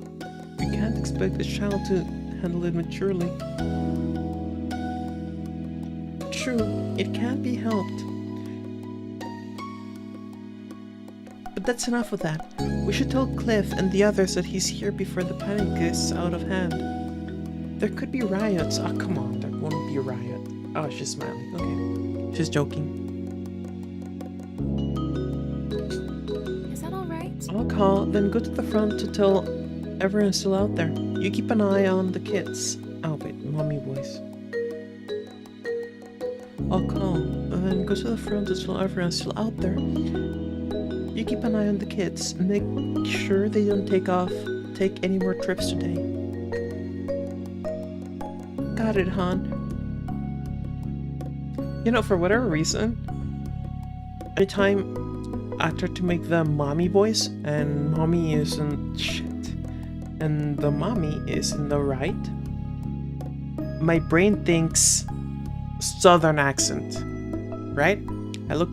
My brain instantly wants to default to southern. Here's the thing though. She's not southern. If memory serves, she's Hawaiian. I'm not, no. So, funny story. When I went to Japan for a student exchange, I talked about it, and I was informed that no, I'm not technically from the south. I am from the southwest. Apparently. The south is apparently Louisiana and further east. West from that being Texas, New Mexico, etc. That is a southwest. The south is only from Louisiana to the east. Got it, hon. Cobb just sat there on the couch, setting his backpack down beside him. He stared at his hands. This is so weird. What is? Everyone's looking for me. They all know I tried to leave. I kinda want to run away and not come back this time, so I'll have to see them again. Hey, maybe I should try that. That's not gonna help. They'll forgive you. Please never run away again. Let's go with this one. Does that mean that you want a 10-gallon hat and a cowboy boots? No, and I did. Actually, you know... Wait, no. Isn't the 10-gallon hat the... No, that's a top hat. Okay. So, I used to have a 10-gallon hat a very long time ago. And I used to have cowboy boots a very long time ago. I'm talking like... Fuck, like... 24 years ago. Fuck, I feel old. Right now, I have... shin-high leather boots and an Indiana Jones hat. It's not an Indiana Jones hat, but it's as close as it gets. More like an Outback sort of type hat. Cobb looked guilty for even suggesting that, despite it not being serious, suggesting everyone was looking for me, they all know I tried to leave. I kinda want to run away and not come back this time so I don't have to see them again. Please never run away again. Cobb looked guilty for even suggesting that, despite it not being serious. I won't. Not for real. You had more to say to Cobb and to ask him, but before you could, the front door opened. Your mom was back, with Mr. Holden close behind her. He made a beeline for the couch, his gaze turned on his son. Cove? Cobb? No, that's too old, man. Cobb, are you alright? Strands of hair had fallen out of his ponytail. His eyes were darkened, like he'd been crying. Craig, what Trickster means by a 10-gallon hat is just a cowboy hat. I don't actually know why it's called a 10-gallon hat, but it's just a cowboy hat. Literally, that's what it is. Cowboy hat. I know, right? It sounds ridiculous. It sounds like it's huge, but no, it's just cowboy. Strands of his hair had fallen out of his ponytail, his eyes were darkened, like he'd been crying too. Cobb stared up at his dad, his own eyes wide behind the frames of his glasses. He really hadn't expected it to be such a big deal. Trust kids to be stupid enough to think that running away from home is not a big deal. Makes sense though. Kid.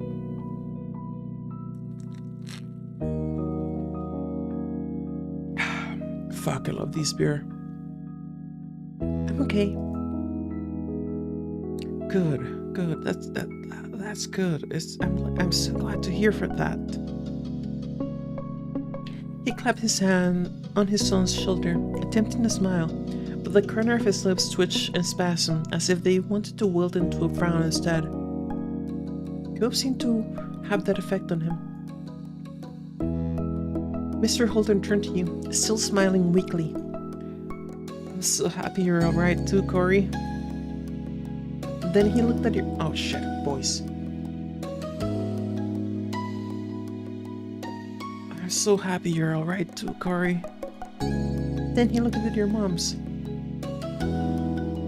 Thanks for the help, as always. He laughed pitifully. I'm sorry. I'm very sorry for ruining your afternoon with this. I can't apologize enough. It's okay. It was no trouble, Cliff. Really, it couldn't be helped. In a way, something was bound to happen sometime. Besides, he wasn't the only one who decided it was a good idea to disappear today. Exactly. We're just happy the kids are safe and sound. Not for the first time. You recall your original meeting with Cobb. He had run away then, too. Only, not as far as he had today. Cobb must have had a similar thought, because he mumbled an apology. Sorry, Dad. I won't leave anymore. Promise. Some life seemed to return to Mr. Holden, thanks to his promise. This time around, his smile was more genuine. Genuine? I'm so glad. That's a relief to hear. No, shit, boys. That's a relief to hear. Next time you feel like running off, come to me first, okay? But we can talk about it. I'm here for you. Cobb nodded. His dad reached out and mussed his hair playfully, although he made a face. Cobb didn't try to dodge the hand as he usually did. Let's go home, bud. I'll bet you're as tired as I am. Mr. Holden took over carrying Cobb's backpack, still clasping a free hand on his son's shoulder when he stood up from the couch. The five of you walked over to the front door so you could see the muff. Holy shit, am I not recording? Oh, I fucking hate that I'm not recording. Fucking hell. That actually annoys me. I am not recording. 2 hours of shittily practicing voice acting, and I have not been recording. I'm gonna have to download the pod just to have a copy. It won't be an unedited copy, it will be a processed copy.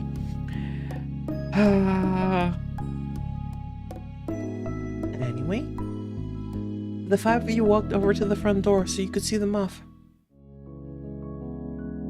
Where's my... Mr. Holden thanked your moms profusely at least 3 more times before he walked out the door. Cobb was made to follow. But he stopped and turned to you before stepping through the threshold. Thanks. Thanks, Guri. Good thing I was there. A tiny smile flitted across his lips. There and then gone. That was poetry. I'm glad you're okay. You waved him off, you hugged him. There you go. Hugs are good. Hugs are nice. Guys, if you haven't hugged anyone in recently, I would suggest that you do. What was the term? Touch. Touch starvation is a thing. Your body craves touch. Yes, you get a hug, Mr. Craig. Hugs for everyone, but especially for you. And Trix. And Elmo. And Commander. He's not here anymore. Yay, yes, I know. Anyway, before he was gone, you rushed over to give him a hug goodbye. After a hard day, he held you back more tightly than you would have anticipated, and you almost squeaked out a noise. I'm glad you're here.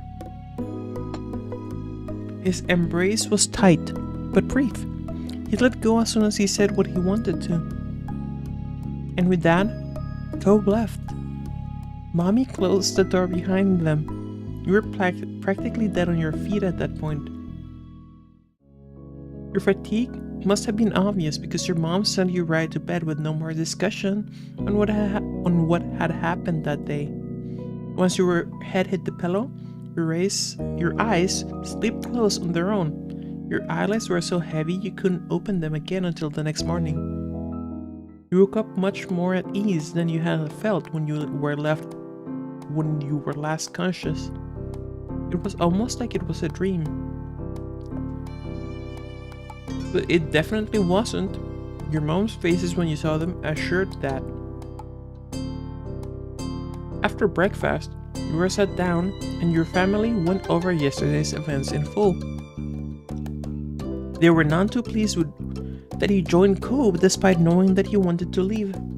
As punishment, your moms took away your TV privileges for the next few days. Lizzie was annoyed that she couldn't watch her shows with you around, but she adjusted. Whenever you expressed disappointment, your moms reminded you that they weren't punishing you for no reason. It was dangerous to go on your own so late, and without telling anyone, you could have gotten hurt. Or worse. Yeah. Fair.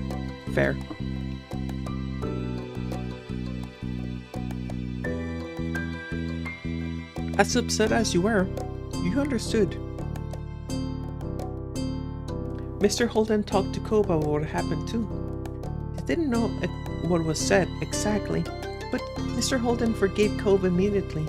He didn't do anything to punish Cove for running away. He blamed no one but himself for Cove's desire to leave home. You caught your moms discussing it once in a hushed tone, fretting at each other. It was pretty serious. There was a word that you used that you hadn't heard before. Self-flagellation. For anyone who does not know the word, self-flagellation is essentially punishing yourself for something, for whatever reason. Technically speaking, if my memory serves correctly, flagellation is to whip someone, right, with a whip. Ergo, self-flagellation is to whip one's self, and whips are pretty much just, their only purpose is to cause pain. Anyway, there wasn't anything that you could do to change Mr. Holden's mind. Normally, I'd agree, but in this case, self-flagellation is usually a method of punishing yourself for whatever perceived need to hurt yourself, guilt or whatever. Your never stopped you and Cove for often the next week or so to express their concerns and disapproval of the event. Still, as they always did, days continued to pass. So they talk about Cove running away. Things eventually returned normal as they had to. Summer kept going, and you kept having experiences you shared with Cove. I just realized something. Check this out. Can I can't. Anyway, take a look at the background of the text here. Like here. You can see my mouse moving. What looks wrong here? This is supposed to be a garage, right? But maybe I'm just old-fashioned, maybe I'm just out of touch. But shouldn't garages be capable of actually fitting a car in them? I don't fucking know. But generally speaking, garages don't have. Yeah, look at this. Look at this fucking thing. I hadn't noticed this before. Holy shit, I played this game for so long and I never once noticed that the fucking garage doors are. Okay, that's great.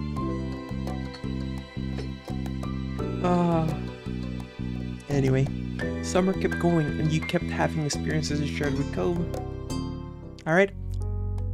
1 step out of 9 finished. Alright. For skateboard. It would be great for skateboarding, not gonna lie. Alright. Library, ghost, or barbecue. Or fireflies, sandcastle. Long day, growing up. tough. Tough. Let's go with grown up. One sultering summer day, you're in your living room with Cove, listening to the sounds of the birds listening to the sounds of the birds chattering outside the window while you lay across the rug on the floor. Cove's dad had dropped him off earlier, and your moms had left the two of you along with Lizzie to play amongst yourselves. It had been too hot to go outside in the afternoon. At least according to Mommy. So your sister was starting to get impatient waiting for her golf class that evening.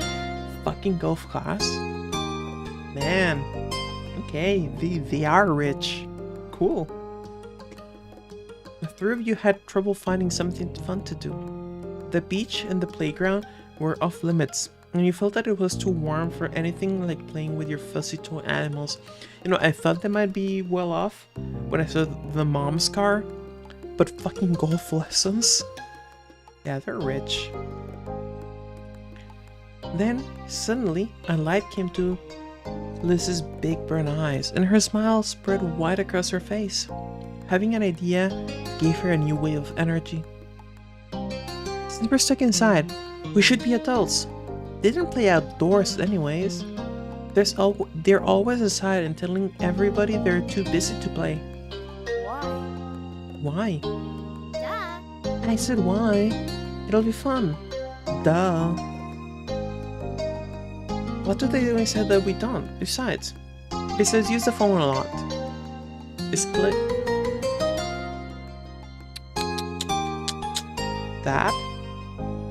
That's bad grammar. No, sorry, not bad grammar. That's a spelling mistake. It's not excluding a small huff. Exuding. And even that would not be the correct word. You don't exude a huff. You make a huff.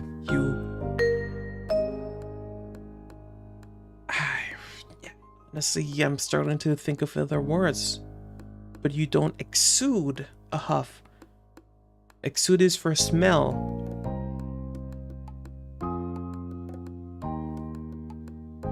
Yeah. Or for vibes, I guess. Not for a sound. Anyway. Making a small huff, Lizzie decides to ignore Cobe. What do you think? Cory, what do you think? Do you want to? Cobe said it. That doesn't sound fun. I bet we could come up with something else. I don't know. I want to. I bet we could come up with something else. But that's what I'm going to do. And it's not as fun when I play pretend adults by myself. Do you do that a lot? What's it to you? Looking at Lizzie, it seemed Cole felt he could understand where she was coming from. And he sighed. Do you really want to play, Cory? It was clear he wanted some way out, but still felt guilty about it.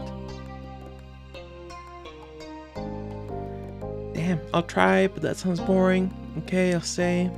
Other stuff to do, you keep hesitating. Let's try, but it sounds boring. It's not gonna be. I guarantee. Lizzie seemed more determined. Lizzie seemed more determined than ever, and you could only sigh. Satisfied that neither of you were about to bail on her, Lizzie thought over her options while you watched. After a few seconds, she clapped her hands together and beamed, apparently having settled on something without asking either of you. Okay, I'm gonna be a professional golfer. Cory, you and Cope can be a beach volleyball player, a gymnast, or a tennis player.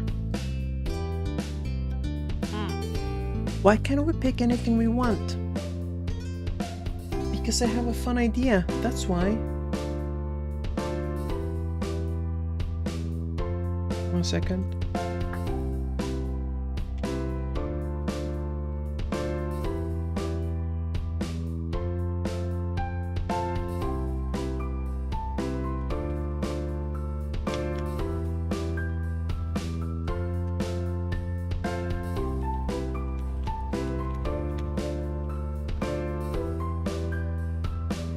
And we have to play sports as adults. Yep. But there's other kinds of forced sports too. Right? It isn't the same. What do you think, Corey? Don't those choices sound super cool? We want to be that, right? 1 second.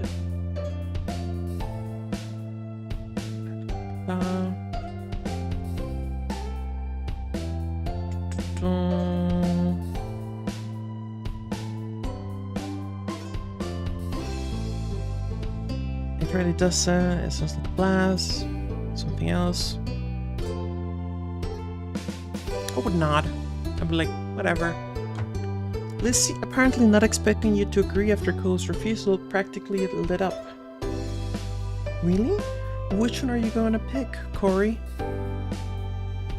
Cope was not impressed with Liz's attitude, though he didn't bother talking more about it for now. You thought over the list of possibilities? Beach volleyball, gymnastics, or tennis? Well, out of all of them, you'd prefer to play... It's a tough one, actually.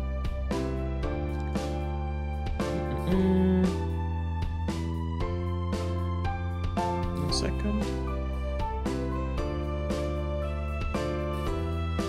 Most fascinating.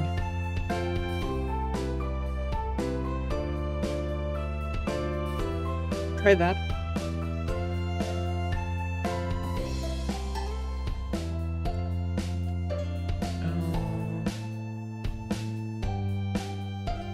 I would go for gymnastics, being honest.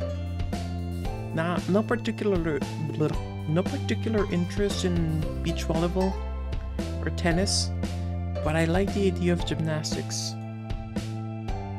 If you couldn't spend the afternoon doing cartwheels and handstands in the backyard, then you might as well practice them inside. There wouldn't be as much space as there was outside, but you could still try. Yes, that was clearly the top option. That is fascinating.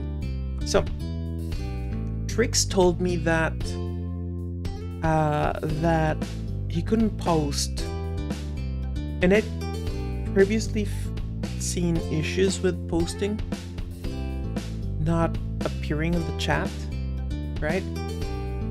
But if you made them a moderator, they could suddenly magically post. And now it's working. I don't fucking know how it works. I don't fucking know why it works or how it works.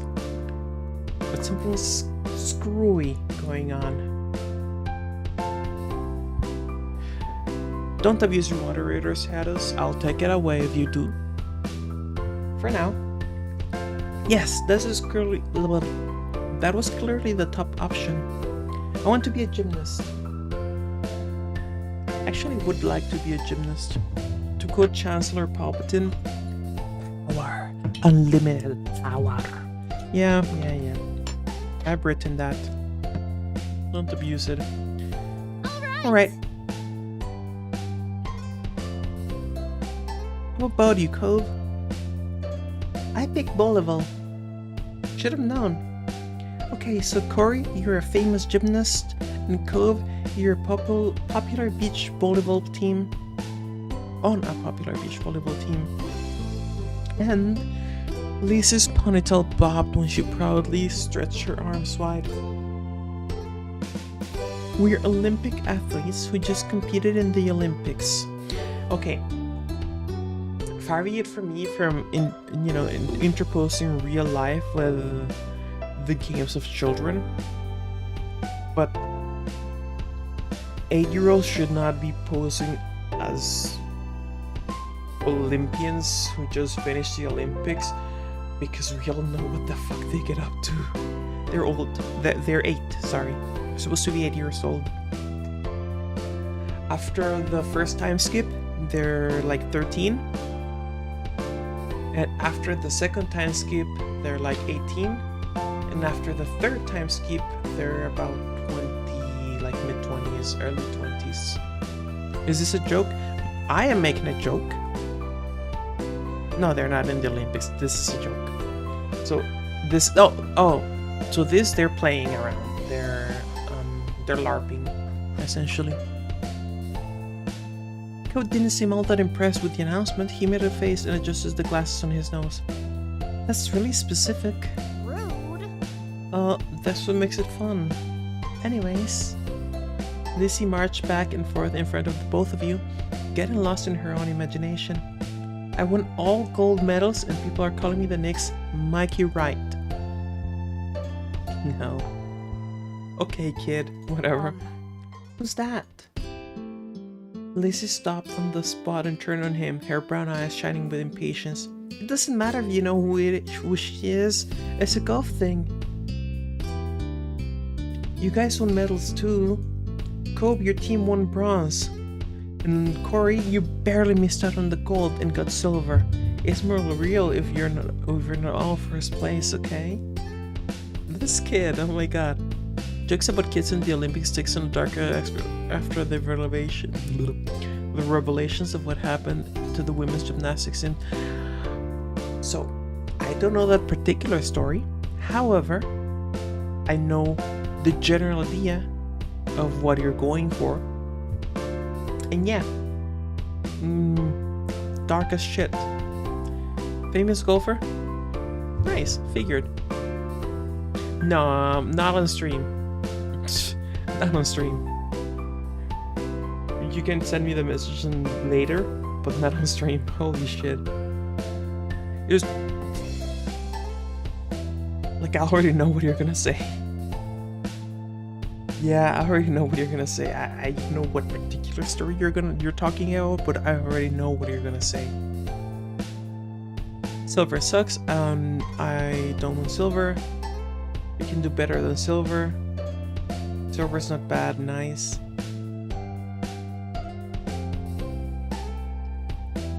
Alright. Let me... So, Craig. Let me put it this way. Some people should not be given positions of power because they will abuse those positions of power in ways that are really fucked up.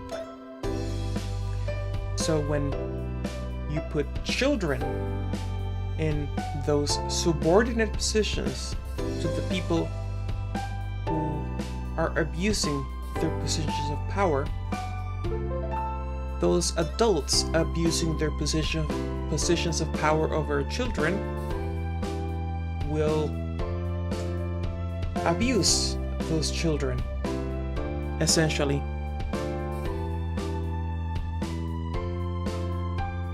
Yeah. Hey, we can do better than silver. You potted at Lizzie. I'm happy with the decision. Corey's right. Sorry. Lots of people lose at the Olympics. Dumps the brakes. Then you're the one who did, not me.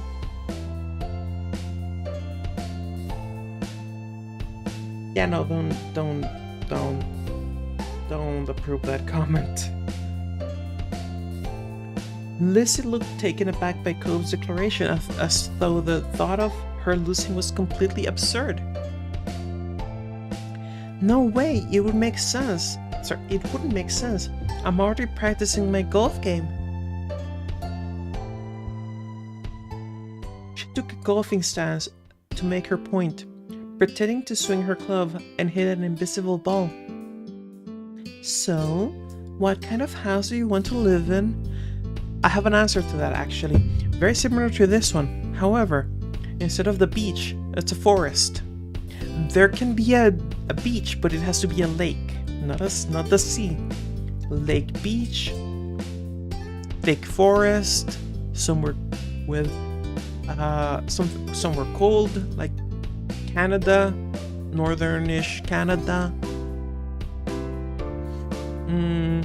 Although I'll say less modern vibe, more Victorian. No, not Victorian.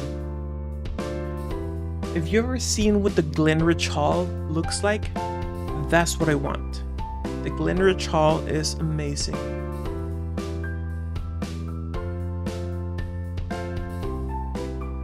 Cope hadn't changed his mind about winning. but thinking about where he'd live as an adult appealed to him, apparently because he looked back at Lizzie with some of the anger fading. I'm going to live on the beach. Lizzie made a face at him, poking out her tongue. Wait, what? Okay. That's kinda boring, we already have that. No, not like the normal houses here with a street on it, right on the sand, but the water. Just like that, all the tension was back. You hadn't even had a chance to choose where you would want to live. That's not very fun or smart, Cove. You can live on a beach of sand and shells. You actually can. Like legit you can. But I want to, and I will. Cove narrowed his eyes at Lizzie, even though she stood half a head taller than him. Half a head? The drawings are not representative of that difference in height. Okay, give me a second, I need to change my positioning. Give me a moment.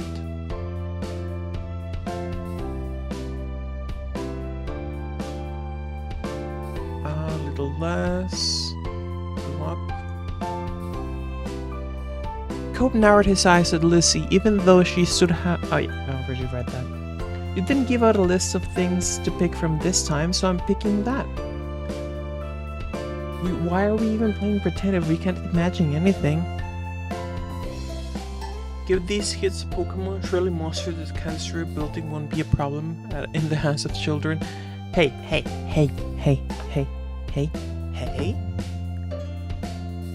You're right. I would take Gardevoir. I'd be okay with starting at a Ralts or like a Ghastly, but preferably a Ralts. Cobe would totally have oh shit, what Pokemon would Cobe have? Rowlet. No, not water type. Shit, that's tough. Jeez, well, I'm gonna live in a mansion far away from here and far away from you. One with an indoor pool and a place to practice my award-winning golfing, okay? How come you were yelling about mine when your idea is even more impossible? This is flushed red, her hands balling into fists at her sides.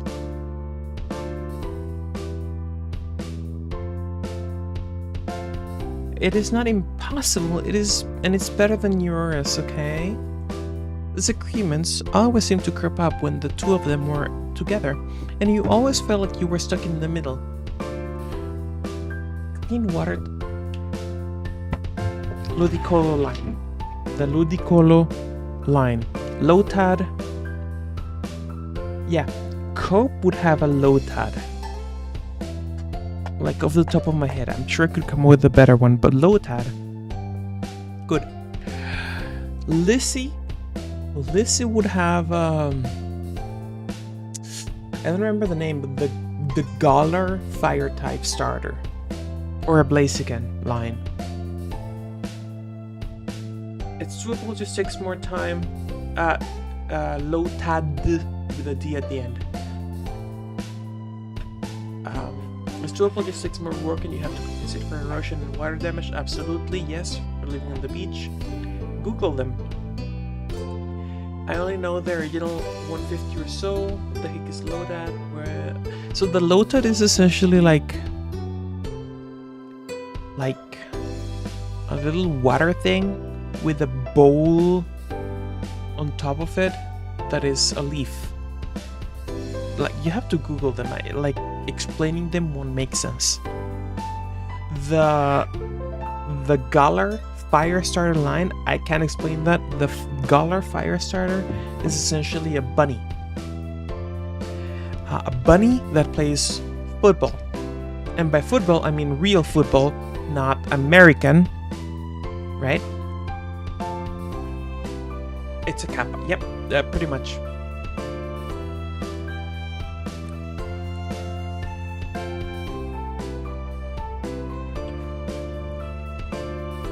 Disagreements always seem to crop up. Oh yeah, already said.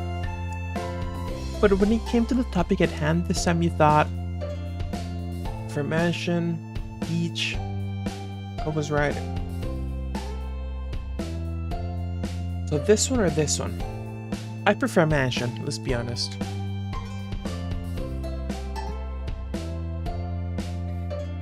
I live in a mansion too, a huge one with 20 rooms.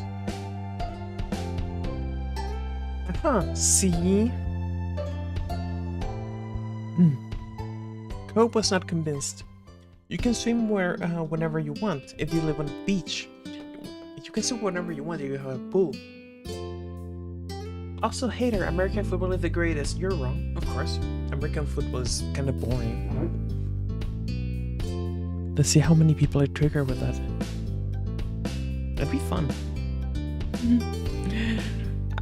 Not like joking aside, I kind of do find American football a little boring. Like, yeah, sure, there are extremely action-packed moments, but when you stop so often, it kind of feels like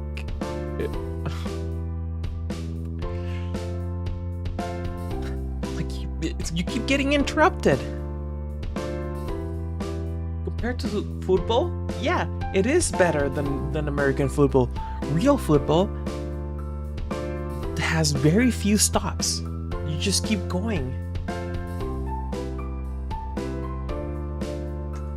We can still swim any day we want from where we live now. Being a little closer doesn't mean anything. Oh, by the way, I'll be right back. You know what they say is when you drink beer, you only borrow it. I think it's something like it.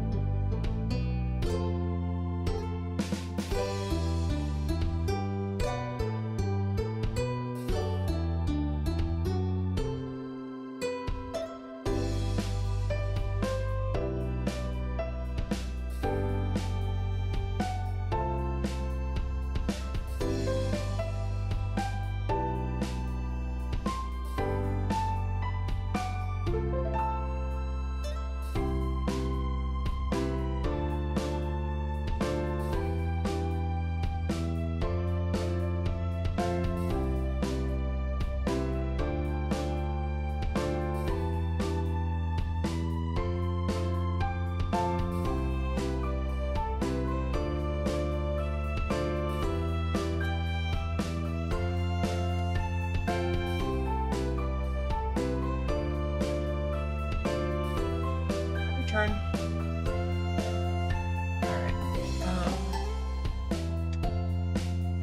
One of those people who doesn't understand the rules of Great Iron. Well, I understand the rules. I just think the rules are make it boring. It's also that says you. The two of them scowled at each other. You're being so unreasonable. No. You're being so unreasonable. You don't get what you want. This game doesn't make sense. Ugh. It does. You have to be realistic. I said that. But you're not. I have no idea what to do to make it stop at this point.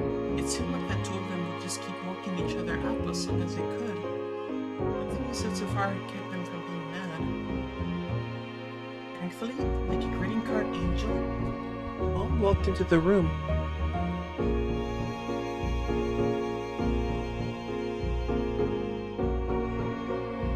Lizzie rushed at her, to her, hanging onto the hem of her skirt and poking out her tongue at Cobb. Lizzie, Corey, it's time to get ready to go. You alright with that? Sorry, you have to leave already, Cobb. Their mommy says she'll walk you home so you won't be left in the cold. Cove was still glaring at Lizzie, his face flushed red with anger. I can go by myself. Bye. Shit. But Bye. bye, Corey. There was still a harsh edge to the brief farewell, but you knew it wasn't you he was mad at. Without giving Mom a chance to stop him, Cove stood up and stalked out of the room, shoulders drawn tight. Huh? Okay. Worried, Mom turned to look down at you and Lizzie. You two were playing nice with our new friend, weren't you? You told the truth. Alright, Trix. See you. Make sure to like and subscribe.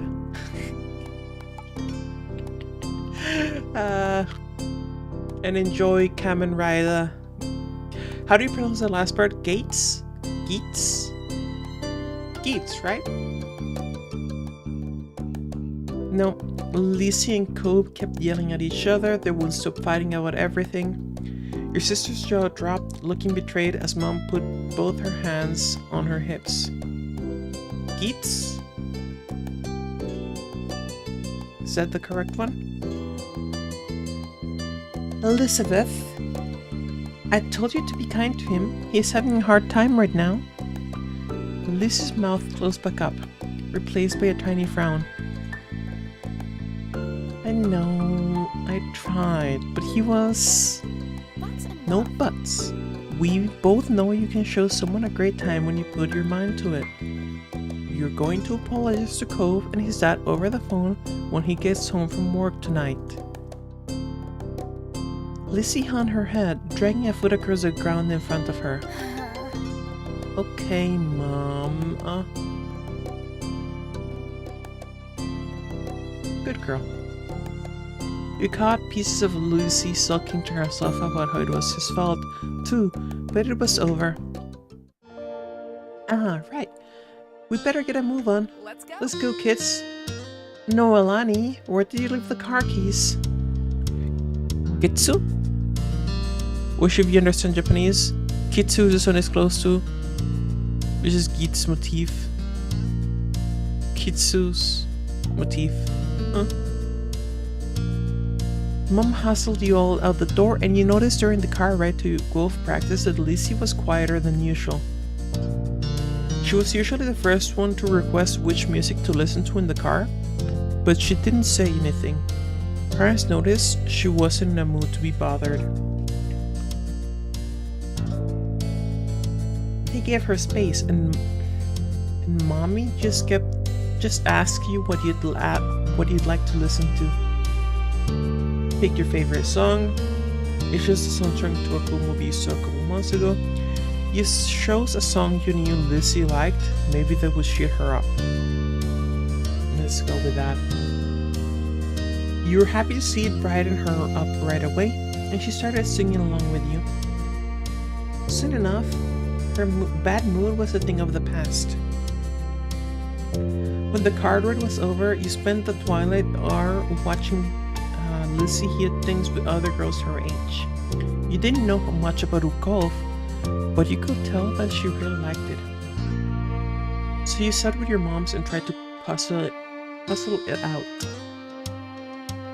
It was nice sitting outside after being cooped up in the house all day, and you stretched out your legs to let the last few minutes of sun warm your skin. When the sun was finally out of sight, dipping behind the horizon, you all got ready to leave. Instead of going straight home, your moms took the family out to dinner. You went to a restaurant you had all been going to ever since you could remember.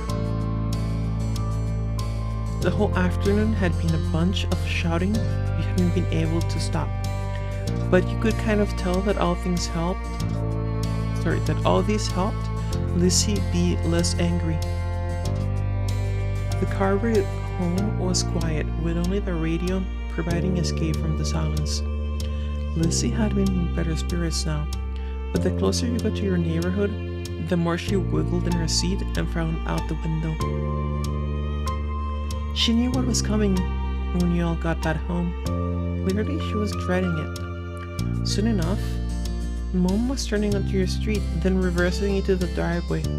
When she cut the ignition, it was dead silent. No one spoke, only unbuckled their seatbelts and opened their doors. Lizzie was the last one out. Once everyone was inside and done taking off their shoes, she propped her hands on her hips. So, Now then, Mr. Holden's car is in his driveway, so he should be back from work. That's good news, isn't it, Elizabeth? You and Cope can hash things out before the day is done. Lizzie didn't complain or put up a fight. Her head ducked so she didn't have to meet anyone's eyes. She nodded once. Good. Let's move this to the kitchen. Mom went over to the house phone, the rest of you following behind her. Mommy put a hand on Liz's shoulder as they walked side by side. You watched them from the back. This was only happening because you told on Lizzie. You didn't regret it, felt a little guilty, like you'd betrayed your sister. You didn't like doing it but had to. But it was her fault for doing it in the first place. I'm gonna go with this one. Hadn't liked doing it, but you had to.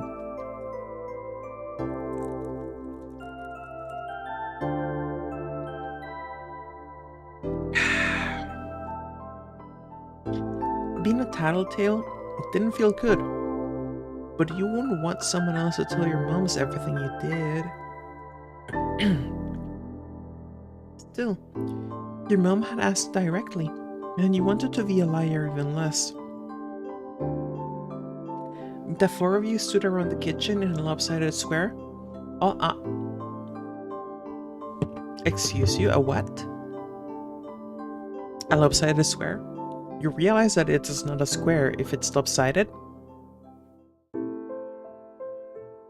Right? Right. Okay, cool.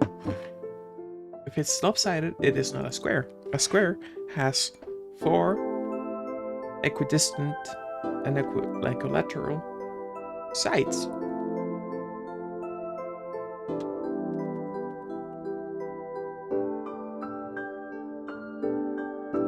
If it's not that, it's probably what, a trapezohedron? No.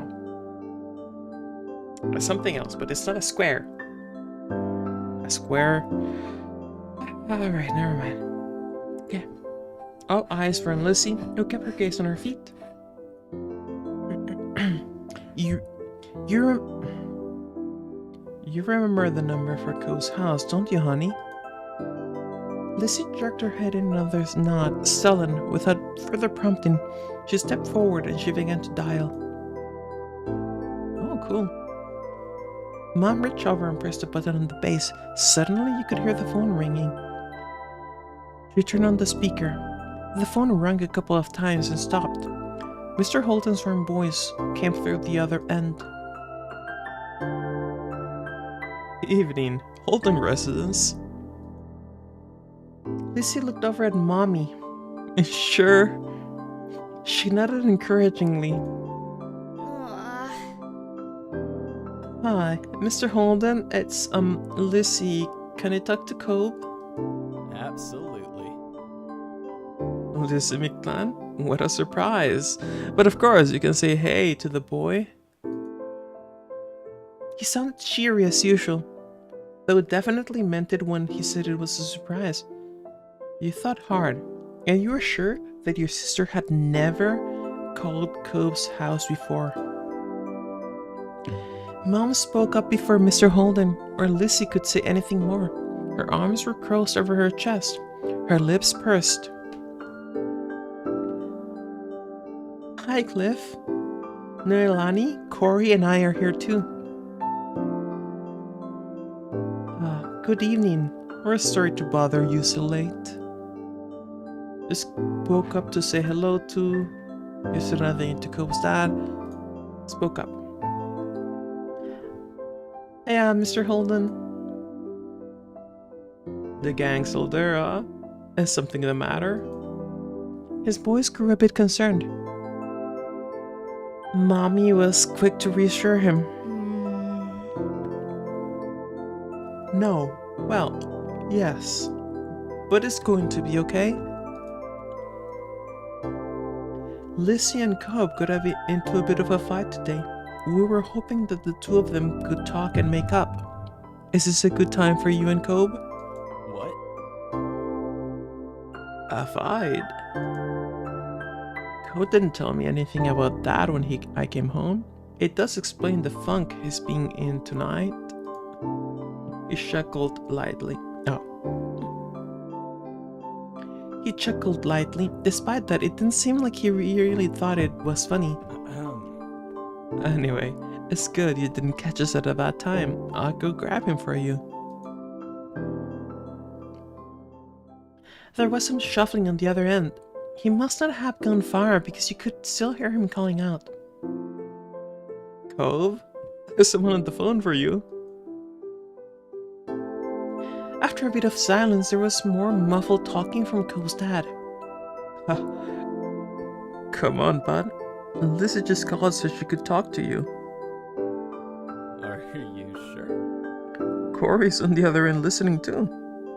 Don't you want to say hi? It took a bit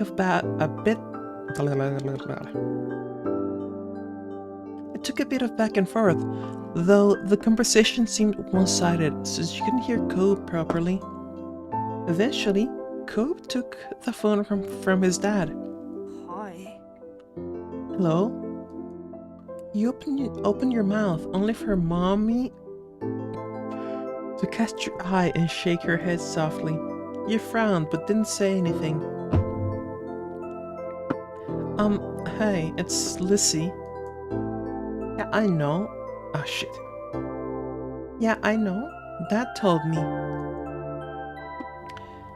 Cobb's tone was defensive. Lizzie turned to Mom, scowling. One stern look from her though, and Lizzie turned away. Sorry.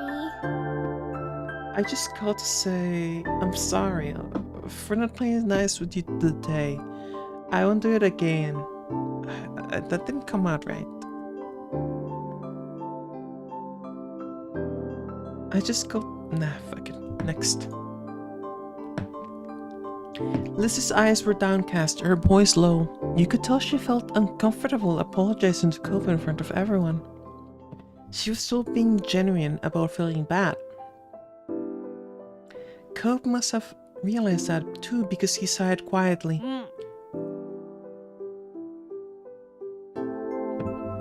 Me and Curry should get gold too. That's right. Lizzie had kept denying you two that what you deserved.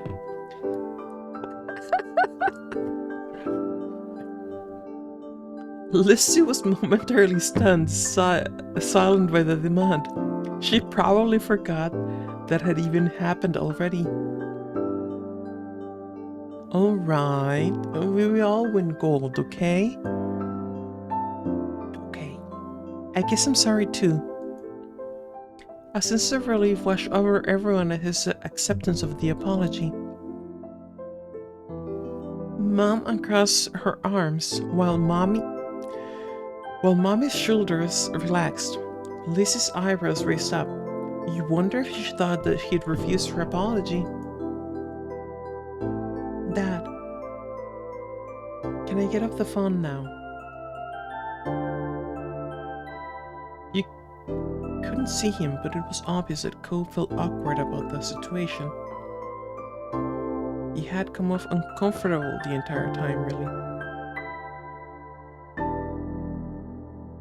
Yeah.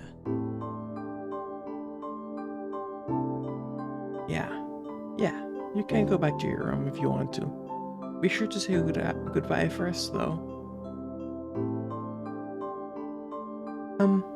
Bye, Lizzie. Bye. Bye. Bye, Curry. You perked up at the mention of your name. You smiled even if you couldn't see it. Bye, Corey. Search. Cobb. With that said, Cobb must have handed the phone to his dad and left, since Mr. Holden spoke up. That's a relief. All's well that ends well, as they say. Thanks for arranging this. I'm sure he appreciates it. As Mom replied, Lizzie tugged Mommy's hand to catch her attention. Can I go now too? Good job. Sure, sweetie. Thank you for apologizing to Cove. Mom flashed a brief smile at Lizzie and nodded her agreement. Given permission to leave, Lizzie scurried off towards the stairs. She seemed to be feeling much better, with the incident behind her. Mom and Mommy returned to the phone, taking it off the speaker. They continued talking to Mr. Holden. You couldn't tell what about. You're glad that was the end of it all. Lizzie and Cobb might not get along, and probably still won't, but they weren't mad at each other anymore. Mom and Mommy weren't upset either. Everything was finally back to normal. With that thought, you retreated to your own room, with a spring in your step. Alright. Shit, what time is it? Alright.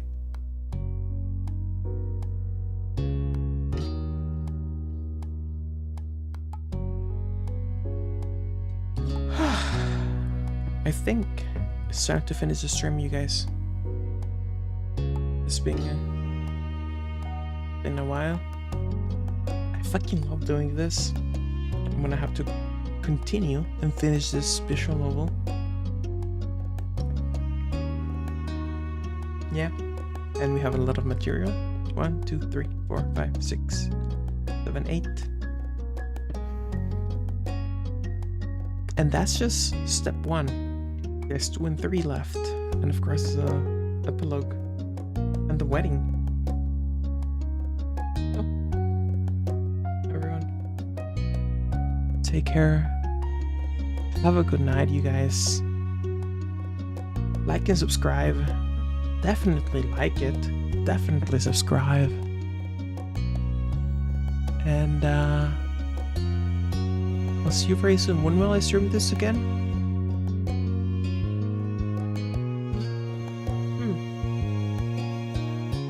Pretty soon. I really like this stream. Like, I liked it a lot. So I'll definitely do it again soon. Hopefully tomorrow. Like legit, hopefully tomorrow. Alright.